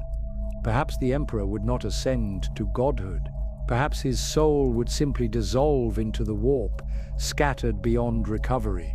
In that timeline, the Astronomican dies and never returns. The Imperium fragments completely. Humanity regresses to isolated pocket empires, each fighting for survival in the darkness.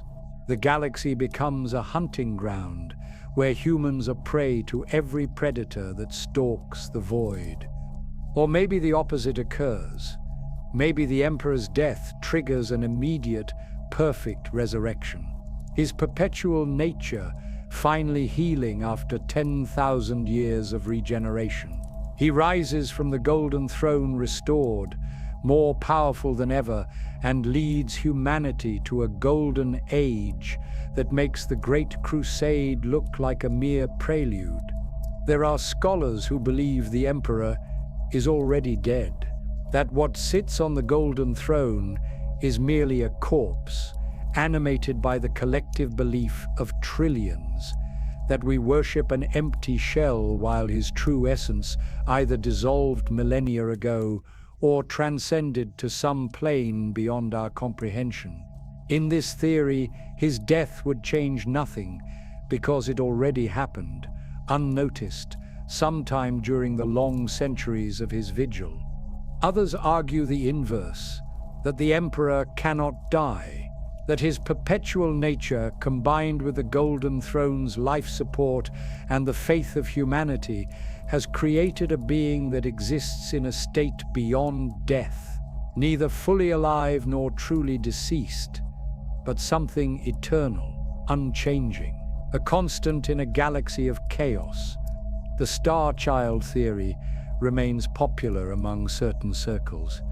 The idea that the Emperor's soul has been fragmenting for 10,000 years, that pieces of his essence scatter with every sacrifice, every prayer, every death in his name. According to this belief, his physical death would merely unite these fragments, allow them to coalesce into something new, the Emperor reborn, but fundamentally different from what he was. Some point to the Sensei as evidence.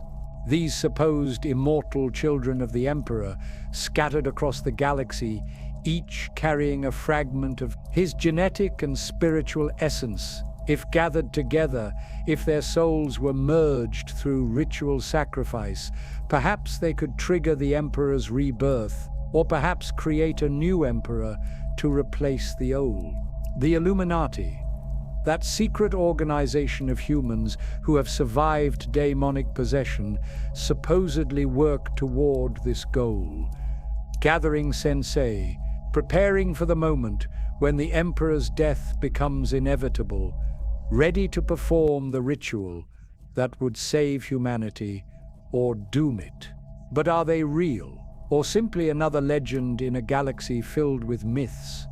The Eldar have their own prophecies about the Emperor's fate. Their Farseers see multiple timelines, multiple possibilities.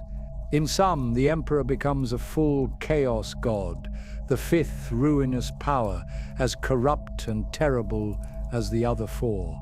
In others, he becomes something beautiful, a god of protection and hope that rivals even their own fallen deities. The Inari believe that the Emperor's death and Yinid's awakening are linked, that these two events must occur simultaneously to defeat chaos permanently. They work toward this goal, sometimes in cooperation with the Imperium, sometimes in opposition, always guided by visions that may be prophecy or merely wishful thinking. The Chaos Gods themselves are uncertain. They have tried to see the Emperor's death in the warp's currents, have attempted to divine what his end would mean for them. But the future remains clouded, perhaps because the Emperor himself blocks their sight, perhaps because even the warp cannot predict events of such magnitude. Tsinch, the architect of fate, who sees all possible futures, admits to being blind regarding the Emperor's ultimate destiny. This alone should terrify us. If the god of change and prophecy cannot foresee what comes next, then anything is possible. What we do know is that the Golden Throne continues to fail. This is fact, not speculation. Tech priests report increasing system failures. The psychic strain on the Emperor grows year by year. The demand for psyche sacrifices escalates beyond sustainability. Every calculation, every projection, every analysis reaches the same conclusion. The current situation cannot continue indefinitely. Something must give. The question is what, when, and how catastrophically. In the meantime, the Imperium prepares as best it can. Gilliman's contingency plans grow more elaborate. Call's innovations become more radical. The custodians maintain their eternal vigil. The Sisters of Battle strengthen their faith. Every institution, every organization, every individual who knows the truth works toward the same goal, ensuring that when the Emperor dies, humanity survives. But can they succeed? Can any amount of preparation suffice for an event of such cosmic significance? The Emperor is not merely a political leader or military commander. He is the foundation upon which the entire Imperium rests. Remove that foundation, and everything built upon it must inevitably fall, unless new foundations are laid first, unless humanity learns to stand without him, to find strength not in his protection, but in their own determination, to face the darkness with courage drawn from human spirit rather than divine intervention. Perhaps that is the real lesson of the Emperor's potential death. That humanity must grow up, must accept responsibility for its own fate, must stop looking to a god to save them and start saving themselves. The Emperor created the Space Marines, the Imperial Guard, the Administratum, all the institutions of the Imperium. But he also created dependency, made humanity reliant on his guidance, his protection, his very existence. His death would force them to mature, to become the species he always believed they could be, strong enough to stand alone, wise enough to govern themselves, courageous enough to face any threat without needing a god to shield them. This is optimistic thinking, perhaps. The Imperium has shown little evidence of such capability. Its history is one of decline, of knowledge lost, of potential squandered. Asking it to suddenly evolve into something greater seems unrealistic. But then, the entire existence of the Imperium is unrealistic. Humanity should not have survived the age of strife, should not have endured the Horus heresy, should not have held together for 10,000 years of constant warfare and corruption. Yet it did. Against all odds, against all logic, it endured. Why? Because the Emperor believed in humanity, sacrificed everything for them, showed them through his own example that no challenge is insurmountable if you refuse to surrender. Maybe that faith was misplaced. Maybe humanity will prove unworthy of his sacrifice. Maybe his death will be the end of everything he fought for. Or maybe, just maybe, his children will surprise him, will rise to the occasion, will become the heroes he always knew they could be. The Emperor's death would be the ultimate test, the final examination. Pass, and humanity ascends to take its place among the stars as a truly great civilization.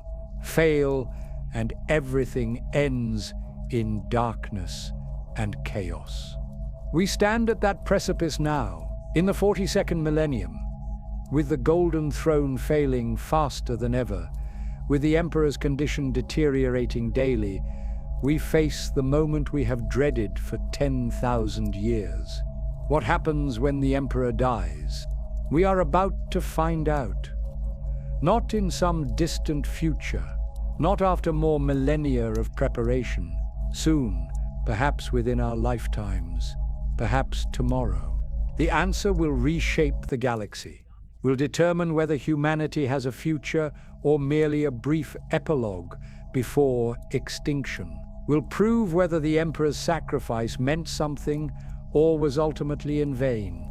Every human alive will play a role in that answer, through their faith or their doubt, through their courage or their cowardice, through their determination to survive or their willingness to surrender. The Emperor is dying, has been dying for 10,000 years, will continue dying until the moment arrives. And when it does, when the Golden Throne finally fails and the Emperor's vigil ends, we will all learn together what comes next, whether that is salvation or damnation, rebirth or extinction, a new golden age or final darkness. The only certainty is change. The Imperium as we know it will end.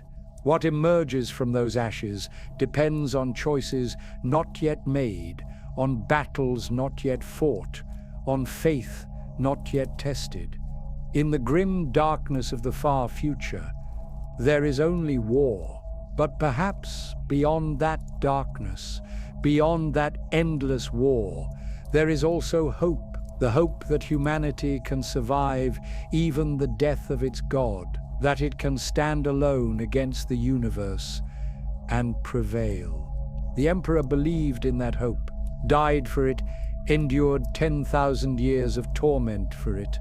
Now it is our turn to prove him right or wrong, to show whether his faith was justified or misplaced. The Emperor's death is not the end of the story. It is the beginning of the next chapter. And that chapter will be written by us, by every human who refuses to surrender, who fights even when victory seems impossible, who holds faith even when faith seems foolish.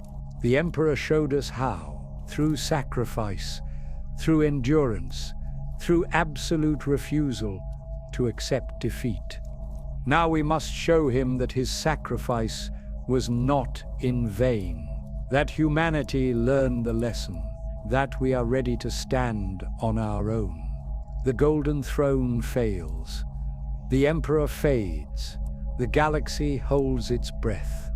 And we, the children of Terra, the inheritors of his legacy, prepare to write the ending ourselves. In the grim darkness of the far future, there is only war, but there is also humanity, stubborn, determined, refusing to die quietly. And maybe, just maybe, that will be enough.